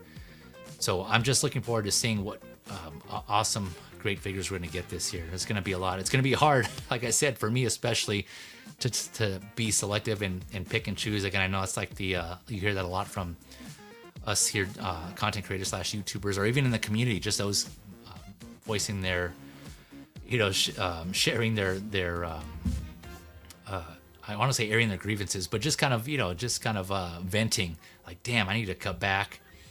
And yeah, it's a lot. It's a lot. And we already have a lot of announcements from Hot Toys, some of them that I went over, and from Inart, right, coming out next year. And those are all the ones that we're aware of. Like I said, who knows what the Hot Toys and Inart and other companies are going to come out with that are just going to catch us off guard, and we're going to be like, oh, damn, like, wow, that throws off my whole budget, or that throws off, my my decision to kind of cut back. To see how well we're disciplined in that front. But either way, I'm excited. I'm looking forward to seeing what they come out with. But yeah, thank you again, all. I appreciate it. Enjoy the rest of your week. Again, Happy New Year. I hope this year treats you all well. Health and happiness to all of you. And just keep it locked on my channel. Of course, subscribe if you want to get notifications on when I do the next Hot Talk or Figure Lowdown or any of my other streams. And I have my other channel, Feezy's Media. That's where I cover my entertainment stuff, mostly focused on, as of now, TV and movie content. Of course, my socials, IG, Facebook, I'll post up stuff there as well. So yeah, all links in the description below, and I'll put in timestamps afterwards. Again, if you want to kind of jump to certain points in this, back to certain points in the replay, I'll put those in there as well for your convenience. So yeah, thank you all. I appreciate it. Much love. Take care and enjoy the rest of your day or your week. See y'all later.